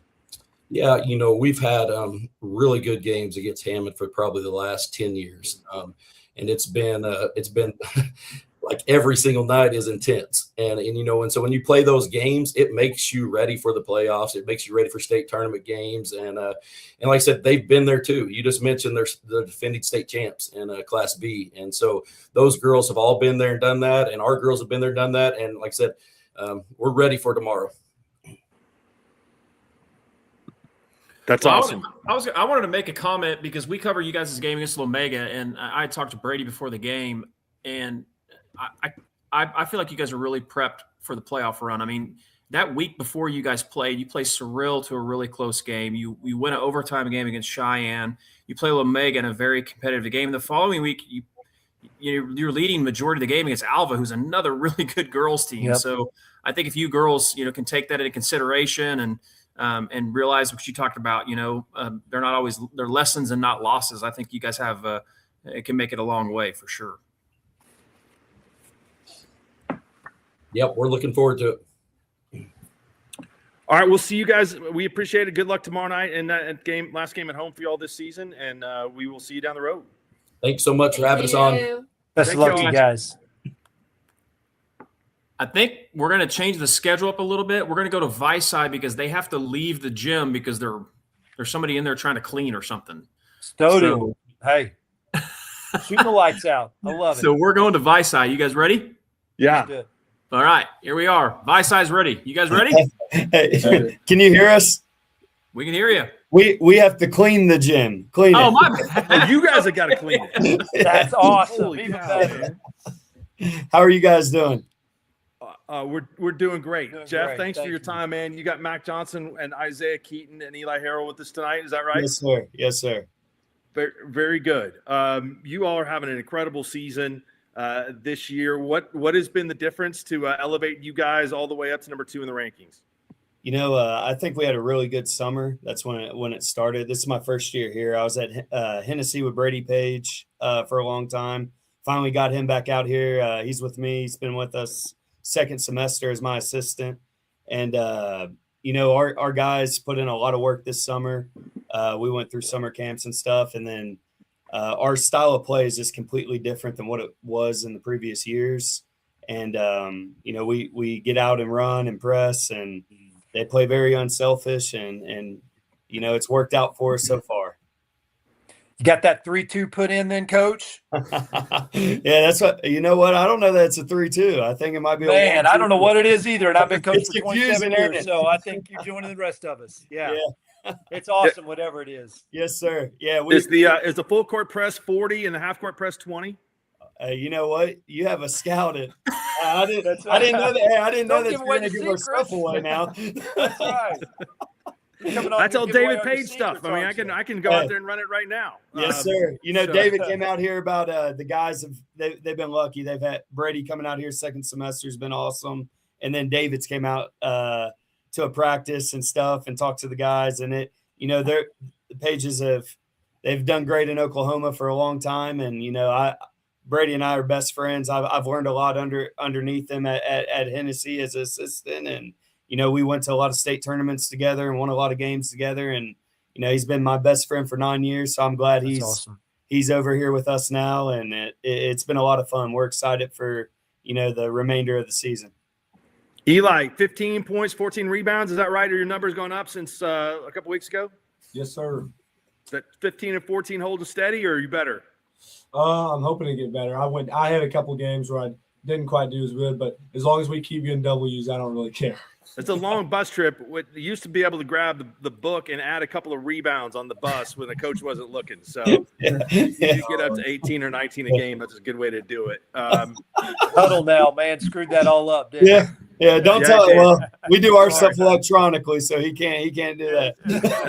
Yeah, I'm old grandpa. He doesn't know what he's talking about. Mac, you averaging 21 a game. Is that right? Yes, sir. You guys like to get up and down the floor? Oh, yeah. And you've beaten a bunch of teams all of your games have been Man. double figures. You guys are doing a good job of distancing yourselves. So tell us a little bit about your opponent coming up this week and what do you guys expect? Yeah. Oh, you want to take it? You got it. It's a familiar opponent for us. We played them twice this year. They're a good team. I've ranked them. We talk about rankings a lot, and I've ranked them top 5 all year. I think they're a very talented team. They have a really good post player that's 6'7", and they have guards that can handle the ball well, and they can shoot the ball. So they play incredibly hard. They're a talented team, and for us, like, we played them twice already. We've at half both games we've been up 16, and we were up 19 in the third last game, and they fight back in the second half. They're a really, really talented second half team, and they do it in a lot of their games. They play extremely hard, and they don't shy away, and they don't give up. So we're looking forward to the matchup tomorrow and the opportunity. Our guys haven't had the privilege of going to a state tournament as players yet, and we're 2 games away. So we're focused one game at a time.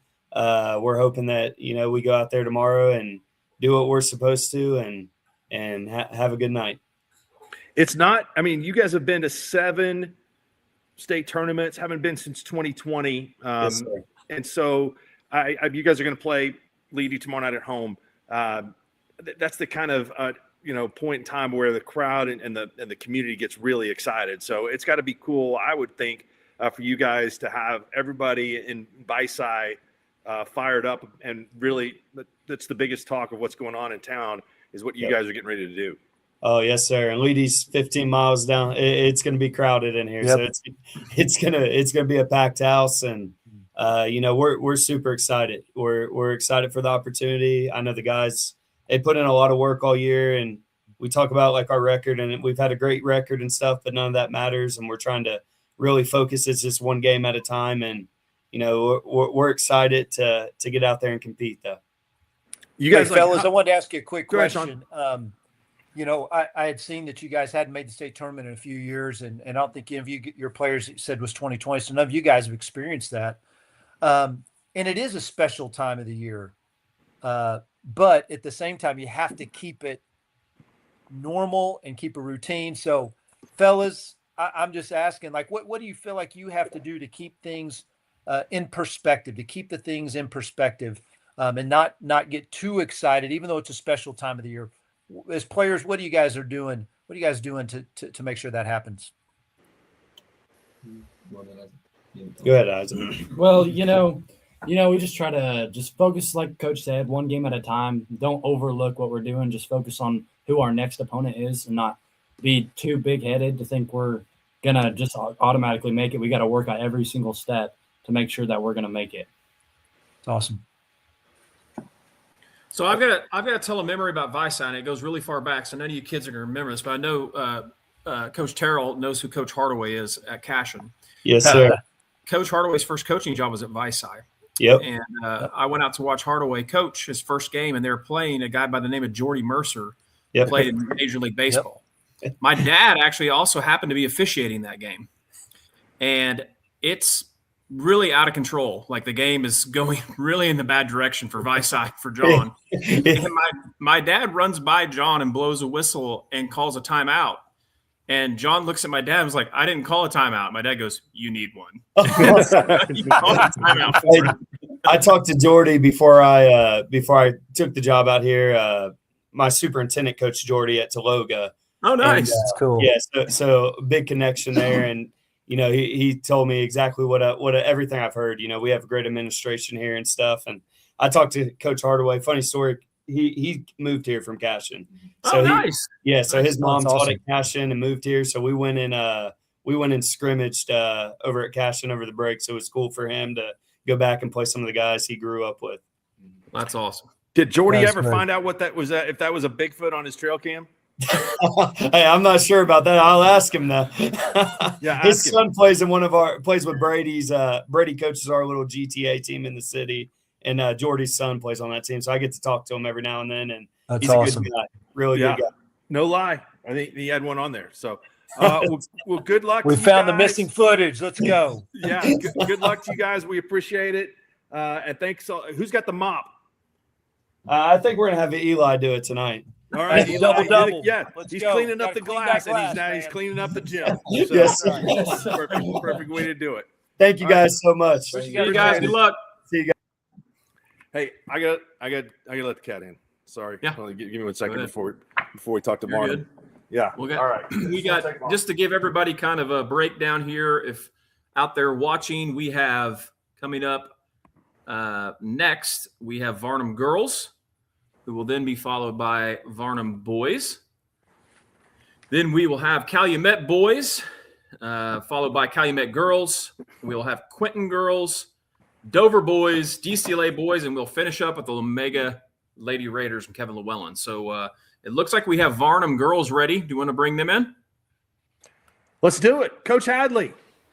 Hey, guys. How are y'all? Doing good. Coach. Great to see you, Coach Hadley. Good to see you guys. Thanks for having us on. All right, we got Liv Lena, and we've got Michaela Louie and Raylan G. Is that right? That is correct. Awesome. You guys are 22-4, knocked off Union City, and you got Crowder coming up next. You guys had a little bit of a nail biter with the Union City. Yeah, they just kind of just matchup wise with them. They do a good job matching up with us. They've got 3 athletic guards that can guard our guards and kind of make things tough on them. They've got some size in the post that does a pretty good job on our post, and so just matchup wise, they've presented some problems for us. The first time we played them, we didn't play particularly well, and we had a piece or two missing that night. But thankfully, this past Tuesday, we were able to take care of business and take the next step. Coach, I got to ask you. Hey, first of all, it's great to see you, John. Great to see you, Coach. Sure miss seeing you around, buddy. Absolutely, Wish you the too. best, but so cool and we've got a few coaches actually we're going to speak to tonight that coach both the boys and the girls team. First of all, for you, Coach, like, what are the differences? Are there any differences in I know there's differences in coaching boys versus girls, but just in terms of your strategy and preparation and how you go about coaching both of them. And then, ladies, I have to ask you guys, so two-parter here, okay, if you can remember this. Both the boys and girls have the same record. Do we got something, or is there any bets going on with who's going to have the better record at the end of the year? I'm just wondering, or if you guys tie, that'd be awesome. You guys both go undefeated the rest of the way, win state championship, be awesome. But is there any bets going on with the boys team? So two-parter there, one for each of you. Well, for me, I've been doing this. I think I'm in my 14th year of coaching both groups. Yep. Obviously, strategies vary and, game plans vary and things like that. But in a lot of ways, I coach them the same in a lot of ways. We do a lot of the same skill work and, have the same level of expectation, certainly, within our programs. And I expect them, to show up and work hard, boys and girls, and just the accountability part of that and just the willingness to work. That's kind of our standard. And these girls and guys do a great job living up to that. Sure do. You all have ladies, I want to know, any bets going on? Go ahead. I think it honestly just happened on accident. Like, we don't have any beef with the boys. But we support each other on the same level. Yeah. They are very supportive of each other. I'm proud of that because you do see some schools, you do see some competition, or at least sense some of that between the two. And now we're here for each other. We all wear same colors and have the same school on our jerseys and obviously the same coaching staff too. So I'd probably be mad at the other one if I found out there was between them. But no, I'm really proud of the way they support each other and want each other to succeed. Well, and your community is unbelievable in terms of how they support you guys as well. And I just think that's so cool. And I mean, why wouldn't they? Both teams have been incredible for many years. And so congratulations to you guys. Thank you.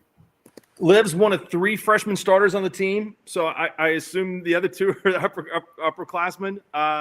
What's it like having such a young team? I asked Liv that and then Coach Hadley. Coming from such a young team to be a starter, it feels great because we've grown throughout the season. We're still growing as we keep going. I'm very proud of my team, how far we came. It feels really good to come from a young team and to represent each other and to keep growing. Great answer. Yeah.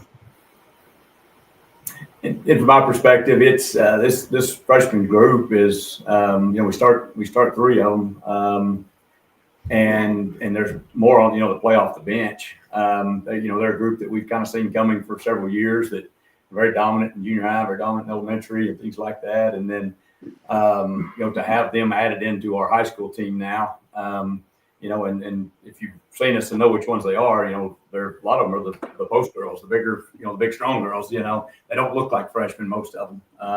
For the most part, a lot of them don't play like freshmen. And so, but getting them and mixing them with our sophomores that's got a year of experience, and then our, some of our older guards and forwards that have been with us for several years and been through the program and had some high school experience. I was a little worried about that team dynamic coming into the season. How that would be received and how they would embrace each other. But man, they've done a great job just embracing each other and growing together, as Liv mentioned, and just being great teammates and supportive of each other and just being there for the common goal, for our team to succeed. Well, Coach, I just think kudos to you. I've seen that from you for many years, and you've had several teams, boys and girls, who've had freshman starters. I think that says a lot about you as a coach with the development that you have from your elementary to middle school. So kudos to you, Coach. I think the world of you. But one final question, Coach, for you. Man, your class is tough. There's some really good teams. What do you feel like are the things that you've got your girls team has to do well for you guys to be your best? I tell them regularly, things that make us good on a daily basis don't change day to day or game to game. we've got to do the little things right. We've got to win the battle in the paint, and we have the physical ability to do that. Yeah. Our guard play needs to play at a high level. We need to limit our turnovers. We need to shoot the ball at a decent rate. We need to make free throws. That's at times we've been a little bit up and down with that, and at times have been a little up and down with some of our performances overall. And I think some of that is the youth of this team. Yeah. Michaela sitting here is a sophomore. So we talked about the freshman class. Well, she plays a big role as a sophomore even, and so we've got juniors and seniors again that have been part of this program that that played major roles for us. So we just, like I said, just try to bid our best on a daily basis and just try to stack days every day in practice and just whatever our weaknesses seem to be at that time, we're going to try to address those and try to get better at those and hopefully at the end be playing our best ball. That's right. Is this the first year you guys have had that Whip It mascot?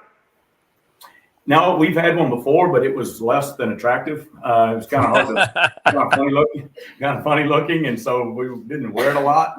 And then we didn't have anybody that just really loved doing it because it's hot and it's kind of a grind and things like that. But the young lady we've got in there this year, she's a stud at it. She loves it, and the kids love her. Awesome. And, I saw her big dog, an opponent coach before the game the other day. She stuck her hand up, gave him 5, and he stuck his up, and she just walked off. She messed with the opponent's assistant coach the other day. So I thought that was pretty funny as well. That's awesome. I go to some gyms from time to time to crank that heater up, and you don't need the heater to be cranked up in that suit for it to be hot. So it is. You said kind of hot. It's hot. It's real hot. It's hot, no doubt about it. That's why I appreciate. It takes all of us to be successful, and she's, even her does a great job for us. Right. Thanks, girls. We're gonna let the guys come in. Glad there's no rivalry, so there won't be any problems as we make the switch. So good luck to y'all. That's right. Thank you. Best of luck, ladies. We will bring them back when the boys hop in. I can see them making their way in now. So 17th year as the coach of the boys at Barnum, and also graduate of Barnum too. Mm-hmm. He's done a really good job. I remember when he took over, when he stepped in and took the girls. I'm like, dude, I remember talking to him about that. That's just amazing. Yeah. So much work that he and those guys are putting in that are doing the same thing. And then of course, a state championship for Coach Hadley there. The girls' last state tournament appearance was in 2023, and the boys was in 2024. And so, it's a little bit strange not to see them at the state tournament last year, at least one of the two. So, sure that both are trying to be there, both seated in the top 8 to get back this season. You ready to bring in the boys? Let's do it. Oh, look at them. They're repping the gear. I love it. They got the Skordle shirts on. John Matkins, Dason Hadley, and Devin Fulbright joining Coach Hadley. And so I got to ask Dason first. Do you have a constant green light? Do you get to shoot all the time, or does your dad put?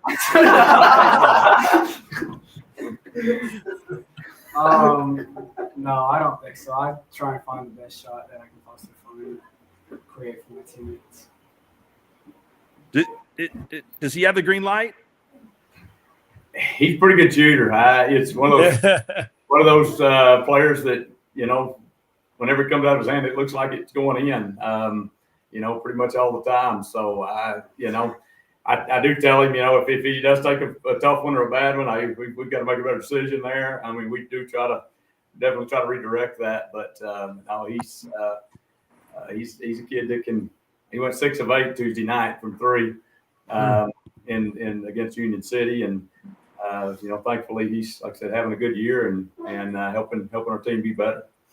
Shawn, I saw these guys play at the festival against Deer Creek Lamont. That was a great game. It went into overtime, but they really have a very good combination inside, outside with Madkins, and Devin is a guy that does a lot of different things. He had some big threes in that game too. So this is a team that I think is good at all levels.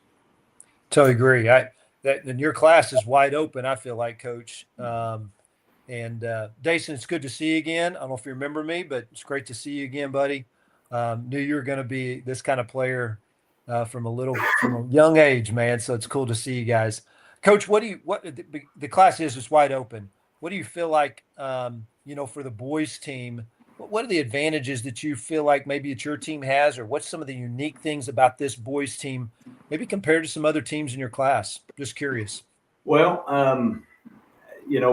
this guy sitting there, John Mackins, he's a tremendous weapon. Yep. I've seen other kids or other teams, have some size and things like that, but the skill and physicality he's able to play with kind of separates him a little bit from some of our opponents. So we try to utilize him as a weapon, obviously on both ends. He had 23 points, 20 rebounds in the district championship game, which was not was not a major blowout. We had to play, the majority of that game, and so he's capable of big numbers like that. And teams do put a lot of emphasis on stopping him and defending him, which makes it easier for other people, whether they're doubling the post or, really packing it in to minimize his catches and his opportunities. So it makes it easier for my guards. And I think you're asking about, some of the dynamics we have. I think we've got a little of everything. I think we've got a little athleticism. I think we've got a little size. I think we've got good guard play. I think we've got good interior play. And, we just, like I said, just need to try to peek it all out right at the end and try to be playing our best ball down the stretch. Hey, fellas, it's been a year since you guys made the state tournament. What do you guys feel like are the keys kind of for you guys as you look at trying to make state tournament again? You had a year off, which is kind of unusual in the recent years of Varnum basketball. What are some keys for you guys? And then if somebody wants to answer, we asked the girls, you guys got the same record. Is there some kind of bet going on, something going on with who's going to have the best record at the end of the year? What's going on there? I feel like playing as a team, we need to do that. I feel like if we play as a team, we're going to be a tough out. And the thing with the girls, we want to be better than them. At the end of the day, we want to make it as far as we can, but we root for them. We have student sections for them. We get hyped for things, and we love it. It's great energy. That's awesome. Great answer. What are you guys missing out on tonight in Varnum that you are joining us for? We're actually hosting a regional, and so as we come over here to prepare for this or to get everything set up, there was a regional consolation loser bracket game going on in our gym, or we just set this up in the gym. So like Canute did and Lady did and OK did and some of them, but we'd have done the same thing, but we weren't able to, so we had to come over to my administration office to set this deal up. You guys get an A for technology, though. I mean, there's been no glitches. No. I mean, Seamless transformation from girls to the boys. So job well done. And plus over the top for the Skordle shooting shirts too. Well, they're a Skordle school, so they get they're in the network. It just kind of all works out really well for them. You get swag. I'm in the network too. I got plenty of gear. I need to go put some on. So, hey, thank you guys for your time. We look forward to seeing y'all soon. Man, best of luck to you guys. Thanks for having us on. Guys. You bet. All right, we're gonna go from Seminole County to Blaine County. Is Calumet Blaine County, or is it? No, it's not in Kingfisher County. It's south of Kingfisher County. What county is that? They'll be able to tell us. Just need a weatherman on the Canadian show, county. man. He can tell us. Canadian County. All right, we're gonna add the boys. Here we go. What's up? We're definitely in Canadian County. There we go. I can't even say it's late because it's much later in London, where Shawn is. I mean, I have no excuse for that. Hey, it's only 3:15 in the morning. Come on now. It's not that bad. How you doing, Shawn? Man, it's great to see you, Jacob. Yeah, you too. All right, Coach, tell us who you got with you tonight. We got Kingston Arnold, Caleb Thiessen, and Hunter Mayfield. Guys, how are y'all doing? I like the background there. You've got your media savvy. You guys are state big time. Obviously, winning state championships, you got to have the media background there for you. So, you guys got a little bit of travel to take. You guys got Balco Forgan and going out to Shattuck. So, tell us a little bit about what your opponent brings to the table. Well, we watched them. We've got to watch them play now a few times. Personally, I went and watched them play in the Skordle shootout. We watched them play Cimarron. They're a pretty physical team. Offensive rebound, I think, is what they do the best. So we're going to do our best maybe to get them blocked out. Coach, it's great to see you again, man. See you. Miss getting to see you in Oklahoma, but you've had a great man. You've done a great job there in Calumet and had some great teams and stuff like that. But every year is a little different. What makes this year's team unique and special? And we're finally coming off a state championship win, so having have that target on our back every night. This year we started the year out with one of our better players, and got him back at Christmas. So, just guys learning new roles. We lost a good senior last year, so just trying to get all the pieces to fit back together. What has it been like, having won that state championship? I mean, because it is every year is different. How have you guys handled that? How have you had to handle that as a coach? Well, this year is a little different too because we've been at the door in baseball and in basketball a few years. I don't know, 4 or 5 runner-ups in baseball. It felt like in a row too. So this year, we won the fall state championship in baseball. These guys were all on the team and punched through on that. Being motivated early in the year is always a problem. And I think like this year, we didn't talk about it much as a team, but just every game, night in and night out, after being at playing at such high volume games and high pressure games, and then just going to Tuesday to a conference game, doesn't seem near as important. So, these guys are good competitors and they do show up and play hard every night, but, just try to feel like you're keeping that competitive edge going. We've really been trying to stir the pot between the boys and girls teams. That's that right. We've had both of them on the show tonight. So no Mayfield can answer this question. I want to ask Kingston and Caleb, who wins in a 3-point shooting contest between Jacob and Hayden? Sorry. Oh, Hayden beats him. I know the Mayfields are very competitive. I mean, so I'm not saying that Hayden isn't. I mean, so Hayden's not beating me at anything. Yeah, that's right. There we go. I put my money on Jake. I put my money on Jacob. She's not there yet. She can't shoot that good. She'll work at it hard enough. She doesn't like that answer, but if you're shooting 15, somebody's going to need to probably make 14 to win. Well, that's definitely me again. That's probably the number. I love the confidence, Coach. Tell us, is there pressure? What's it like this season being different and after having done it, knowing that, you're going back in a class that's got a lot of good teams, some of the same teams that you guys saw a year ago too? Well, I just think coming in this year that defending our title, obviously, we got to go out and compete every game, play at a high level. So that's kind of what we try to do and really focus on our game and not so much who we're playing against. We got to focus on us first. I wanted to ask you guys have, knew you won a state title last year and then in baseball this year. What are the things you've learned? Because, it's a new team, but you can also learn some things from those championship teams. What are some things that you guys have learned? I know you're part of it, but what are some things that you guys have learned that are going to help you for this year?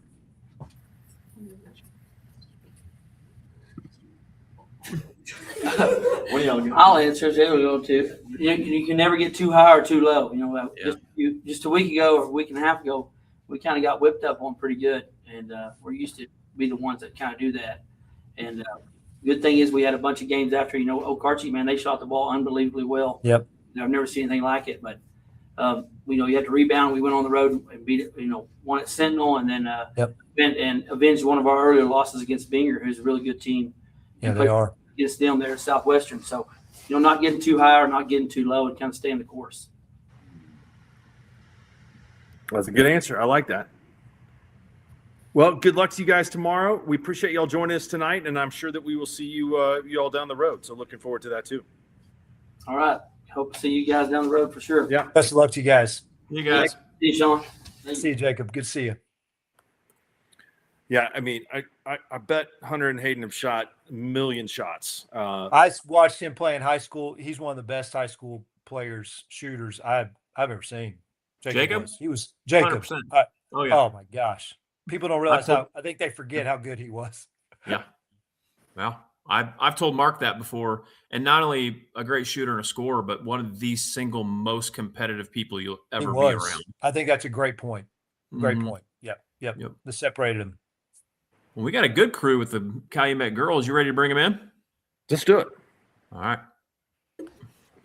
What's up, girls? Hi. Yeah. Coach Garrett. Yes, sir. How's it going, man? It's going good. Tell us who you brought with you tonight. I have Hayden Mayfield, Randy Upshigo, and Angie De La Cruz, and a host of others. All right. That's awesome. Hayden, do you have an answer to our question? Who wins 3-point shooting contest with your brother? Competitive, just like her dad. I love it. Don't get that going. Somebody might get hurt. You played a lot of basketball. What's it like being a freshman at the varsity level? Adam and I called your game against Okarche the other night, and it's certainly you definitely don't play like a freshman out there. Oh, it's just so fun having like my teammates that are older. They help me so much with everything that I do, and I just love playing with them. And just the competition is just so much better than what it has been. Randy, you were all over the floor that night. I mean, you're getting after it, loose balls, hustling, all that type of stuff. Is that kind of one of your trademarks? Yeah, I try to go for everything that's out there, just hustle plays and all that. What's the most steals you've had in a game? 6 or 7 steals. Oh my God. Okay, that's pretty good. That's a lot of steals. Good. Yeah. Angie, tell me a little bit about this team and what makes it special. You guys have turned it around in an incredible way from a year ago in terms of number of wins. I definitely think that our chemistry has a lot to do with it, and all of our success on the court. We honestly built a bond over the last few weeks and months, and it's honestly the best thing ever. 8 wins a year ago, and so now 20 wins. It's amazing. That's awesome. a great season, Shawn. Okay, Coach. Great to see you, Coach Terrell. I think everybody that ever listens to these would love to that insider information and little things that are about, they're unique about your team. What are some of those cool things about the team for our listeners, and maybe some of those core standards, that you've tried to instill in your team? Well, we definitely have a lot of personality. Love it. We do have a lot of fun, but we had a big turnaround in the program just because of them, and they decided to start learning how to work and learning how to play for each other.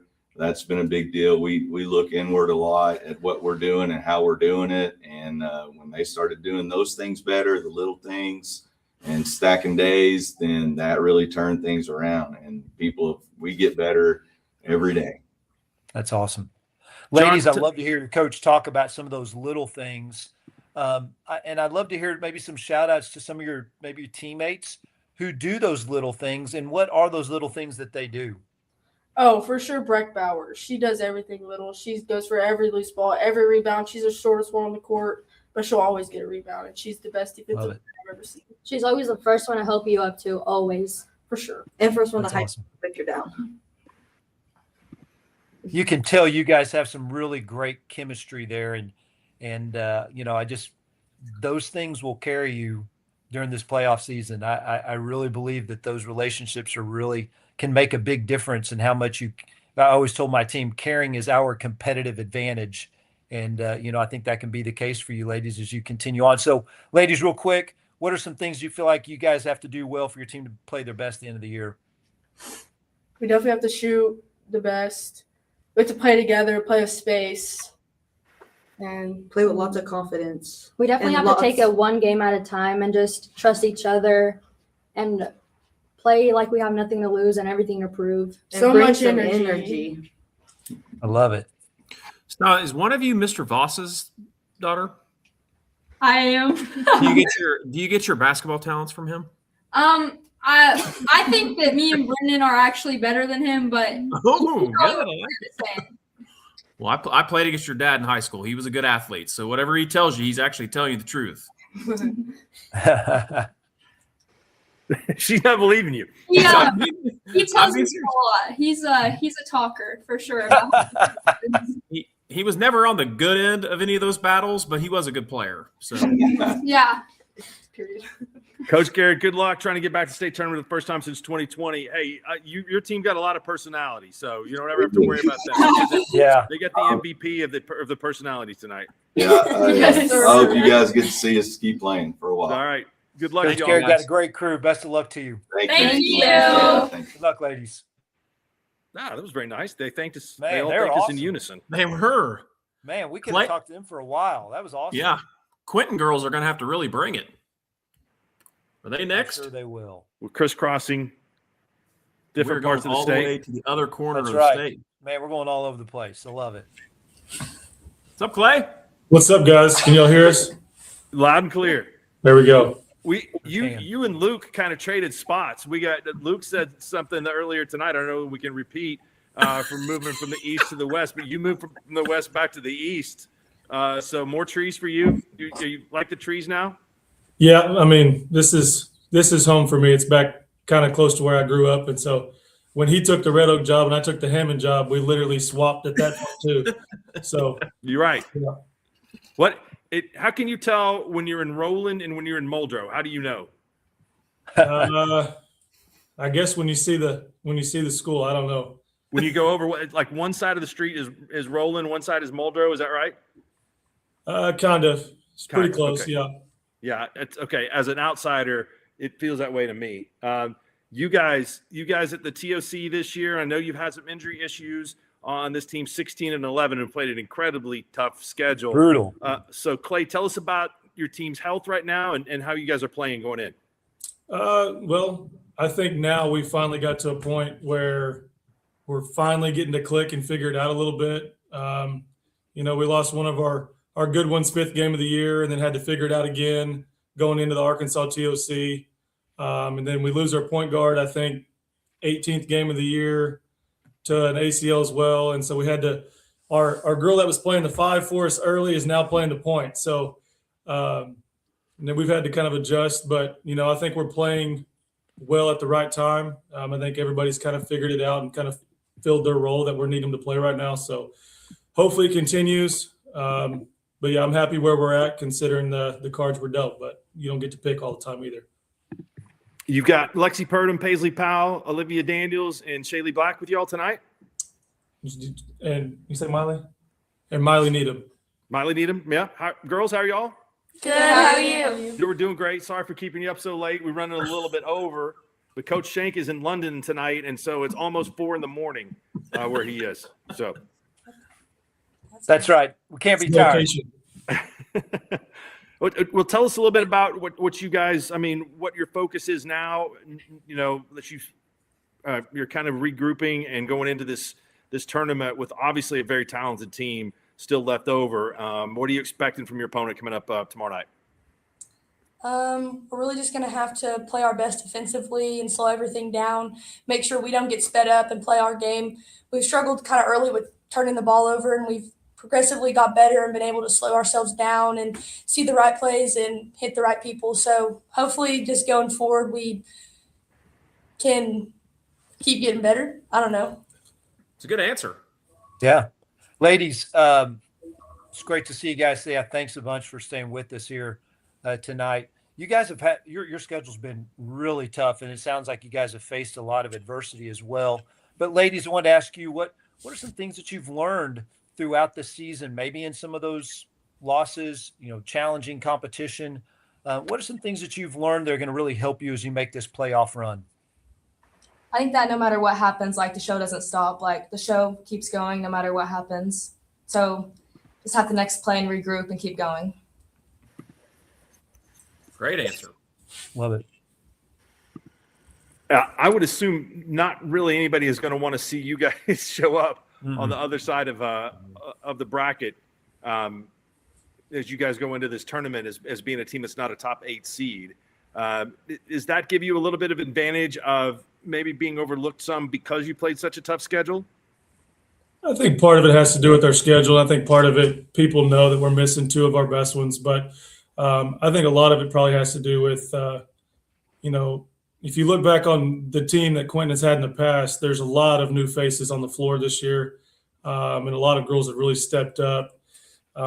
Maybe if we don't play such a tough schedule, we're in the top 8. But also, if we don't play such a tough schedule, we may not be battle tested and ready to go come playoff time. So that's the beautiful thing about playoffs. It really doesn't matter what you're ranked. I mean, you just got to play your best ball at the right time and set yourself up for success there at the end. So I We know were you kind of guys. talking about some of those Millwood teams of many years ago playing in that city conference, and they come into state tournament and be 9-17 or something like that, Coach. And you're right, it doesn't matter. Who are some kids who maybe stepped up to fill some of those roles of some of those great players that you've had that you lost this year? Man, I think it's just been a collection of like everybody. Like we've had multiple girls do different things every night. We've had one of our sophomores score 28 and another one score 17 the same night. And then the next night we'll have somebody else, add 15 or 16. And it's kind of been a collection of just kind of That's awesome. who's hot. And, I think one night might have been against Beggs. We had 4 girls with a double-double. So Wow. we're just continuing to figure it out. Girls are kind of embracing their role and what we're asking for them. And, they play so hard. It's one of those deals. I've talked to my assistant, we're kind of one of those catch-22 teams. Like you have no idea who's gonna steal the show that night, so to speak. But they're extremely resilient, adaptable, obviously. So we're just trying to stay hooked up. Ladies, that'll make you dangerous. So stay with it. It'll make you dangerous. Good luck to y'all. You guys got Allen tomorrow night, a team that went to the state tournament a year ago, and I'm sure you all are familiar with a lot of those girls. So best of luck to y'all, and we will we'll check in again with y'all soon. Yeah, appreciate it. Thanks, guys. Thank Good luck, you. girls. Yeah, that's a good squad. Yeah, They they're are. good. Yep. He's had. I knew they had the one girl that went down early. I didn't know they lost a second girl. Oh my Yeah, gosh. they were actually. I knew they were in the TOC. Yeah, well, And, they were supposed to I always play. try to keep up with that and knew the one girl gone. I did not know they lost a second girl. Wow. Yeah, Wow. they were supposed to play in our festival, Shank, and they weren't. They had injuries and some other stuff, so they weren't even able to travel over and play in our festival this year. So hopefully they'll come Wow. next year, though, with the youth they have on that team. He's done It'd a be heck lot of a fun. job, man. Yeah. All right. Do we want to talk to the man, the myth, the legend, Jared Reese? Let's do it. Oh my goodness. The second best. Oops, that's not Jared Reese. That's Kevin Llewellyn. Hi, Kevin. Hey, Kev. Take him as well. Here, I'll get Jared in here in a second. The second best player ever from Blackwell, Jared Reese. Yeah. Reese and I decided that he's number one. Case and Buck and Dax Compton also with Coach Reese tonight. How's it going, guys? Good. Can you hear us? We got you. Okay. It's good to see you, Coach. Good to hear you, man. Yeah, you too. You guys are, just right back after having an incredible season last year, going 27-3, off to another great start again, Jared. So are you surprised and happy with the way this transition has gone for you coming from Kingfisher to be so good so fast? Yeah, it's been great. Really surprised this year. We lost 4 starters last year. Thought it would be a rebuilding year, and in a way it kind of has been. We just won a lot of games early and then kind of got it rolling, and we're a really young team, but we really like the group that we have. And yeah, it's been great over here at Dover, so I'm excited about it. Coach, I got to ask you. First of all, it's great to see you, buddy. You know how I feel about you. I think you're the best coach in Oklahoma, if not the country. But so, fellas, you're lucky to have him there at Dover. And I'm not even trying to blow smoke. So, but Coach, I got to ask you, what's up with the scoring? Holy crap. 6 games or something like that, scoring over 80? You kidding me? What are you doing over there? Remember Ken Jones? You guys remember Ken Jones? The He had that possum. little stall game, like choke the chicken or something. What, you're not doing that no more? Not holding it? The shot clock doesn't come in until it doesn't even come in for you guys next year. So what's the deal scoring over 80 so much? Yeah, we are a lot more athletic this year. And we probably are not as good at holding it as we've been in the past. So we just try to shoot it before we turn it over, and we're pretty good at that. We have some explosive guards, and That's awesome. yeah, we're playing a lot faster. Defense is still good. Giving up a few more points this year than last year, but I think it's just because of the number of possessions. So yeah. Fellas, I got to ask you, you did lose some starters from last year and had a great team. What are some of the roles maybe that you guys have had to fill, to make this team another great team and a team that's got a chance to win a gold ball? Yeah, Kaysen was the only one that we had. Kaysen, I guess, and Brendan a little bit had started last year. So Kaysen had some experience. The rest of the guys were mostly freshmen last year and just kind of waiting their turn. So they got to practice against some really good players and kind of see what it took to win and just get better each year or throughout the year. And so, yeah, we've improved throughout the season. We won some games early that we thought were maybe toss-ups. And then once we did that, it gave us some confidence. And once you kind of get that rolling with some younger guys, it really helps. Yeah. You Kaysen and Dax. Oh, I'm sorry. Go ahead. Go ahead, Sean. Mark. No, Kaysen and Dax, I just wanted to ask you, what are some things you learned from those guys from last year? And then how's your team different this year compared to the great Dover team last year? We scored the ball more, and it's a good answer. As long as you score more than the other team you're playing, that's good. good. It's good in here. What'd you learn from those guys last year, fellas? Being a leader, from Lucas and Jonas, being aggressive. That's awesome. You all played Cimarron to begin the season. Do y'all remember 8 years ago? Do you remember that game? Yes, it was the first game of the year, which for us was November 4th or 3rd. So it's been a long time ago. So, but yes, we do remember that. We kind of watched some of that film back the last couple of days, and it's amazing how we really don't do any of the same stuff we were doing back then. We threw a lot of stuff away, and probably you could say the same about them. So it's almost like completely different teams that are going to be playing tomorrow. I got one for the players. What's a good shot in your offense? Coach Reese's teams have some of the best shot discipline I've ever seen at Kingfisher. Only guys that can make a basket got to shoot. So do you guys ever get in trouble for taking bad shots? As long as it's inside out, Inside where? Inside out. Inside out. I like it. I love it. Right. Great answer. Knows your stuff. You're asking the wrong guys. Saturday that don't do it that way. A lot. These guys get to take some of those bad shots. If you ask the other guys, they would have a different answer. So.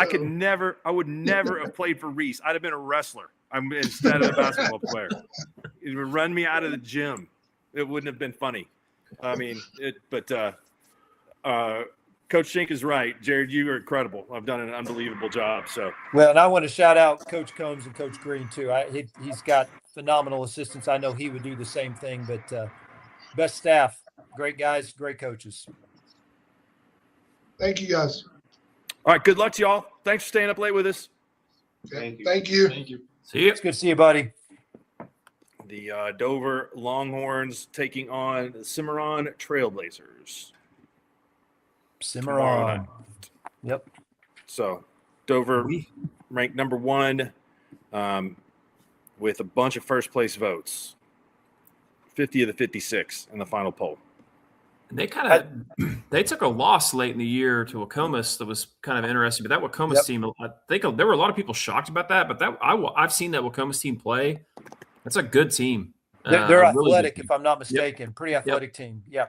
You got some big kids, and obviously when you get beat like that, you probably aren't playing. You probably didn't play a very good game too at the same time. But I don't think that's a bad thing. When you've won a bunch of games. So totally agree.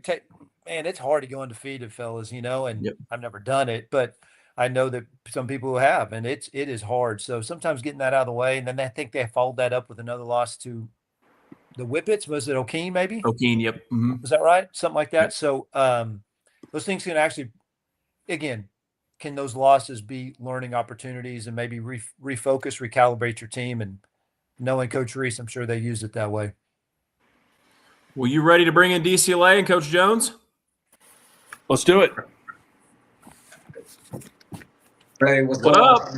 Two spots behind Dover in the final ranking. The DCLA Eagles joining us tonight, and so Shawn, you should have seen that game at the Skordle Festival. I was telling Cole this. They need a 3 at the end of the game to get it into overtime. it looked like they had 6 guys set a screen for the shooter. I've never seen it. I mean, they were coming from everywhere. Bang, shot, good. We go to overtime. So Oh, that's awesome. it was an incredible play. I want to see that on a whiteboard sometime, Cole. Yeah, draw that up. I can draw it up for you. Yeah. Yeah, he said he's got a million of them. So Bryce Bledsoe, Logan Sutherland, Dawson Scott with us. Of course, Bryce, you're kind of the talk of the state after getting close to hanging 150 earlier this season. So what was that? Was that as hot as you've ever been in the practice gym, the driveway, barn, whatever? I'd say, yeah, probably. Just throwing stuff up and never going in. So, Shawn, all my moments were in the driveway when I was on fire. It never happened in a game. I don't know. Maybe it's because there's no competition. But hey, all my great moments were in games. It's just they were in the 80s and 90s. There's no video evidence to disprove all the great things that I did. Right? Come on, Mark. I hate it that it's that way. I definitely hate it. You guys, Cole, you guys were really good. Made it to state last year. There's a bunch of teams that have a chance to go back to state again this year in this class, and so everybody knows what the score is. What is, and you lost some players off the team a year ago. So what is it like going back this year with this group, trying to climb that mountain? Yeah. We feel pretty good about it. Like every other coach has said, we got to take one game at a time. We lost Bryce's older brother, Braden, and he was a big part of our team last year. But I've seen a lot of our guys step up faster, stronger. Every time I walk into the gym, one of those guys are in the gym. So, hard work hopefully is going to pay off. Coach Jones, I gotta make a comment real quick before Shawn brings something up. So you guys played in our festival the other night, and you had to deal with some adversity in that game with Bryce. Everybody knows what he brings to the table, and I could not tell you how impressed I was with the rest of the team and how well they played against a really good team. You gave yourself opportunity to still win that game, and I think that's something for you guys down the road if you ever do get yourself into situations where he may get in foul trouble or somebody else gets in foul trouble. I think that's just going to be a better opportunity for you guys in the future. Yeah. It was unfortunate with Bryce fouling out, but like I said, I got 7 other guys that can really play. So, did it shock me? Not really, because I see these guys in the gym every day. I see them at practice. I'm pretty blessed to be here. I got a lot of talent on this team. That's awesome, Coach. Hey, my question for you is: your class is going to be a lot of fun when we get to the state tournament. I think it's, I think it's wide open. I know that majority of the first place votes are really with 2 teams, really one team. But even Dover lost a lot of players from last year. For you, Coach, as you go into the postseason, because I think it's really wide open. How do you adjust practice and your preparation time? Do you look at a lot of things kind of into game situations? Do you focus a lot on the shooting aspect? Like, is it possessions are usually at this time of the year, it's more of a possession game. The game slows down. Like, have you changed your focus any in the playoff preparation and practices during this time of the year? I'm just curious. Yeah, I think you have to. When we first started, practice was 2 hours every day. Now when we're in the playoffs, we do a lot of we probably spend, what do you guys think, 30, 40 minutes every day shooting, going over set plays, going over how we're going to guard Brags this Saturday. So we only spend probably an hour and 15 minutes during the playoffs. We're in and out. Love to hear that. Players, hey, pretty cool being in small school Oklahoma. I'm just telling you, enjoy it. It's awesome. And I know the whole towns of Deer Creek and Lamont are excited to get to watch you guys and compete. How is it being the guys that all those little boys, those young guys are looking up to, that maybe you were doing the same thing when you were little kids? How is that being the ones that those younger guys are looking up to now? And what do you want to teach those young men? What do you want to show those young boys that are in the stands watching you guys play? You got it. It's a blessing definitely having like the little kids looking up to you, because I think all of us, whenever we were little kids, the kids in high school, we looked up to them a lot. And one thing I definitely like to teach them is just play with your heart and never take it for granted, because it goes by fast. Sure does. That's absolutely right on the money. Wise beyond your years. Yep. You guys, well, we wish you all the best of luck. That Braggs team is a state tournament team. Yep. So you guys have whenever they drew up the map, they said, "All right, Eagles, we're going to make you guys fly over to the other side of the state." So whatever it takes to get there to the big house. Yes, sir. That's right. All right. Hey, thank you all. We appreciate it. Thank you, guys. Best of luck to you guys. So DCLA made it to the state tournament last year for the first time since the late Been a while. 70s. You know who the studs were on that team? Hobbs. Oh, no. I know Richard Beck coached them. Reese. Jared Reese's dad and uncle. Oh, Really? that is right. Yeah. Yeah. True story. Yep. Were they a co-op school at that time? I'm assuming they were. That's correct. Yes. Okay. Were they, or was it just? Yeah, I think you're right. No, it was Deer Creek, Lamont. Was it? Okay. Yeah, Deer Come on, Creek is Deer Creek about 10 miles west of Blackwell. It's a little further than that. Oh yeah. 15 miles west, Lamont. Come on. I was a Helena Goldtree before it was Timberlake guy. I'm a Ringwood. Come on. I know all that stuff now. Exactly. Cole has done a really good job there. He really has. good job. You know, They have not been very good. I'm just telling you. Like No. I mean, especially for done somebody last that year just is turned amazing. 20. Yeah. You know, he's as a young coach. he's older than 20. And you guys They never let it. Come on, man. Facts get in the way of a good story. No, he's done a great job. You know, they definitely have some talented kids, but man, those kids play really hard for him. That was kind of the point I was trying to make. You know, they were dealt with some serious adversity the other night in that Skordle festival, and Cole's right. He's got a lot of other guys on his team that can play, and they proved it. It was really impressive. Well, and when you've got a dude that can score like Bryce did, I mean, I heard about that all the way up here in New York. Like, when you got a kid that can score like that, most nights he's going to be the best player on the floor. Yep. And man, come playoff time when you need a bucket, you never know. That's a great weapon to have. That technical Mark, too. I can't imagine what Gottlieb would have said about that technical. I mean, it was. Yeah, I know that was a little Not wild, man. safe for I cannot. the airwaves. Well, we had Deer Creek Lamont on, and we didn't even bring up Cat Steakhouse, Mark. That's a shame. Well, and we have now, and I saw Chad Maggie at the game at the Skordle Festival, so he was there, and he was taking time out of being in the kitchen to go watch the team play, and he's definitely one of the big supporters. I'm sure he'll be in the stands all the way as this team That's cool. fights to play. So, and yeah, there's no better place to eat than Cats.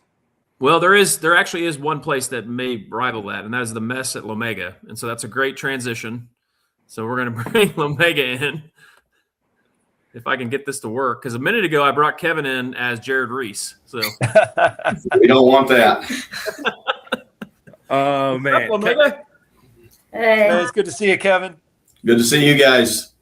Kevin Llewellyn, Hadley Ott, and Jenny Pennerin joining us, staying up late. You guys are the final one tonight, so we appreciate you all hanging out with us.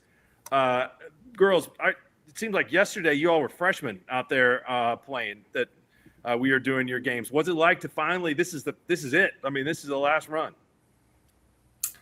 If I'm being honest, I still feel like I'm a freshman sometimes. Like it's not. It hasn't really hit me. Even like senior night or Tuesday, it was our last ever home game. It's really not like hitting me. We're just kind of focused on basketball, not really thinking about it too much. Jenny, Coach, great to see you again, man. Shawn, how are you? Doing awesome. Hey, man, incredible run. You guys have been obviously really good for many years. What a tradition there. Coach, how do you keep your kids grounded and just focused on this year? And, that each year is a new year and a new journey and a new story. I'm just curious on what do you do? Because it is hard to replicate the kind of success that you've had year in and year out. This year's been really easy, the way it ended last year. Yeah, that's true. I've reminded them of that a few times, maybe That's true. throughout the year. And this group, I haven't had to remind too much. I mean, that left a really, really bad taste in our mouth last year. Not to make excuses for them, because they definitely won't make excuses for themselves. But out of our 7 or 8 that played last year, we only had one that was healthy, at the end of the year. We were banged up as bad as any team I've ever had. But they still went out and they competed, one game away, one game short. And that's kind of fueled us for this time. I got a question for the girls again too. What has it been? If somebody asked you, there's a stranger and said, "I heard about this Lomega basketball." What would you say describes everything from the town to the mess and everything? I mean, how would you describe it? So I'll just speak for myself. I moved here in 4th grade, and I vividly remember my first Lomega basketball game. And here it's just all about tradition. You know, we sit in the student section, we watch the games, you know, from the time we're really little, and we want to be those girls. That's something we always look forward to. So now being on the team, and we know that people are looking up to us now. So I think it's just really a tradition, and people want to continue that tradition here at Lomega. That's awesome. That's been a theme tonight from some of the really successful schools, is that's it means more when you've been there in the 4th grade, in the 3rd grade, and all that. That's right. I think you don't want to be the one that's not any good. You don't want to be the class that comes through that's not any good. I mean, it's truly a real thing. Mm-hmm. I mean, you hear elementary kids and elementary parents talk about it. Well, Coach, I think it's such a tribute to you, and there's been other great coaches even before you, but of how such a small area has just continued to produce great players. It's a tribute to you as a coach, but also, ladies, a tribute to you as players that, you know, I'm just being honest. A lot of times players will rest on the laurels of those before them. And obviously you guys have put in the work. But I'd love to know just what are some things maybe you've learned from some of those other, you guys are now seniors, I believe. What are some things you've learned from some of those other great players or great teams of the past? Have you got to talk to some of those former players, things like that? Anything that you've learned? Just knowing how we have to keep our attitude, which really affects our game if it's not like good. Just being there for each other, encouraging one another, just being there for one another really helps us.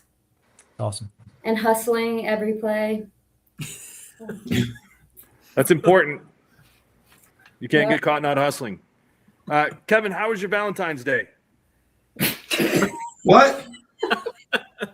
How was your Valentine's Day? I saw the picture of you posted online. Oh my gosh. My wife. You looked exactly like I looked on Valentine's Day. Yeah, it was outstanding. I tore out fence all morning. I get a phone call. My wife wants to, go get a Starbucks, and nearest Starbucks 40 miles from her house. So we drive to get a Starbucks, and then she takes that picture of me coming back. It was great. That's awesome. Love spending time with my wife, though. I got to throw that out there. Wouldn't want to do anything else. That's a romantic gesture in my book, driving 30 miles for a coffee. That's right. I think that's right. You that should go in the state program, the state championship program. And I have connections there, so I know that we can make that happen. And your birthday's coming up too, right? Sunday. I'm getting old. You got a lot to celebrate in this short period of time. Yep. Break down your class for us this year. This is really interesting to me because I was doing a little research on the division between B1 and B2. So if you look at the boys side of B1 and B2, there are very few teams. I think there are only 3 teams in B2 that have won state championships. They're all in B1. But if you look at the girls' side, got a bunch. It's a bunch. It's Lomega, and there's 16. I mean, and so being a small Class B schools never kept you guys from competing. So what's the split do for you all this year? And has that made any kind of difference? I guess we'll find out now in the next couple of weeks. We'll find out. There's still, and I was on the committee that did the split, and I'm not telling you I was for it completely, but the top end of both of them are still really, really good. I mean, you've got 7 or 8 teams in B1 and B2 both that are really, really good basketball teams, have a chance to win it. Maybe down the line a little bit, it weakened it a little bit, but not a whole bunch. mean, it's going to be a fun weekend. Whoever makes it to the state tournament, there's going to be good basketball in B1 and B2 both. Sure is. I love the opportunity that it gives for more teams, especially like you mentioned in the boys' side, Mark. There are fewer in B2 that have won it, but man, the girls split was, to me, in a lot of ways, you look at it as a no-brainer. It was going to be great basketball no matter, and definitely gives a lot more teams opportunities. Yeah, I like that for sure. I like it for sure. Girls coach, thanks a lot. We'll see you all soon. We appreciate your time and look forward to what's coming up. Thank you, guys. Best of luck to you guys. Thank you. Shawn, you're a warrior. That was a marathon. I have no idea how you did this. That's amazing. Dude, I'm so happy I got to do this, guys. This is awesome. No, you're awesome tonight too. Thanks for everything that you added. I mean, it's great to have a coach of your caliber on here to talk to everybody and do it from across the pond. That's across fantastic. the pond, as they say. That's right. There you go. That's good. I've had my share of fish and chips, fellas. It's pretty good. Are you staying in or hanging on every moment of this royal arrest over there? I assume that's a pretty big deal. We thankfully actually saw Buckingham Palace 2 days ago. Well, what is today? It's now Saturday, I guess. So maybe it was actually 3. So what day did we see it? Wednesday. Before, because yesterday, Thursday, it was pretty chaotic down there at Buckingham Palace. So thankfully we got to see it and change the guard before all that chaos happened. Yeah. Good. Are you going to bed? What are you going to do now? It's like 7 a.m. I have to get up here soon, probably. I don't, the flight going back is a little bit longer, I guess, because you're going, into the trade winds. So I'll be able to sleep. I'll be able to catch a little sleep on the way back. I'll be good. It's going to be the jet lag. It'll catch up to me, but I'll figure it out. I mean, this is part of coaching, right? I'm used to those all-nighters. This is my opportunity since I'm not coaching this year, right? Oh, no, that's awesome. Well, we're really glad you came on, Shawn. We really are. Yeah. I'm so thank you guys. Mark and I think the world of you, and you put a lot into your teams and your coaching, and I know, man, you were quick to reply back to me whenever I shot you a text about helping out, and I know you care a lot about high school sports in Oklahoma, and we couldn't have had a better person on tonight to help us on the show. Too kind. Well, thank you guys, man. It's a pleasure, all mine. So thank you very much for asking me, and if you ever need somebody again, I'd love to do it again. So. All right, we got a lot of basketball now to play, so the talking is done. Tomorrow night, everybody will get after it, and so thanks everybody for tuning in tonight, and we will see you with more coverage of high school sports as we head towards the state tournaments right here on Skordle.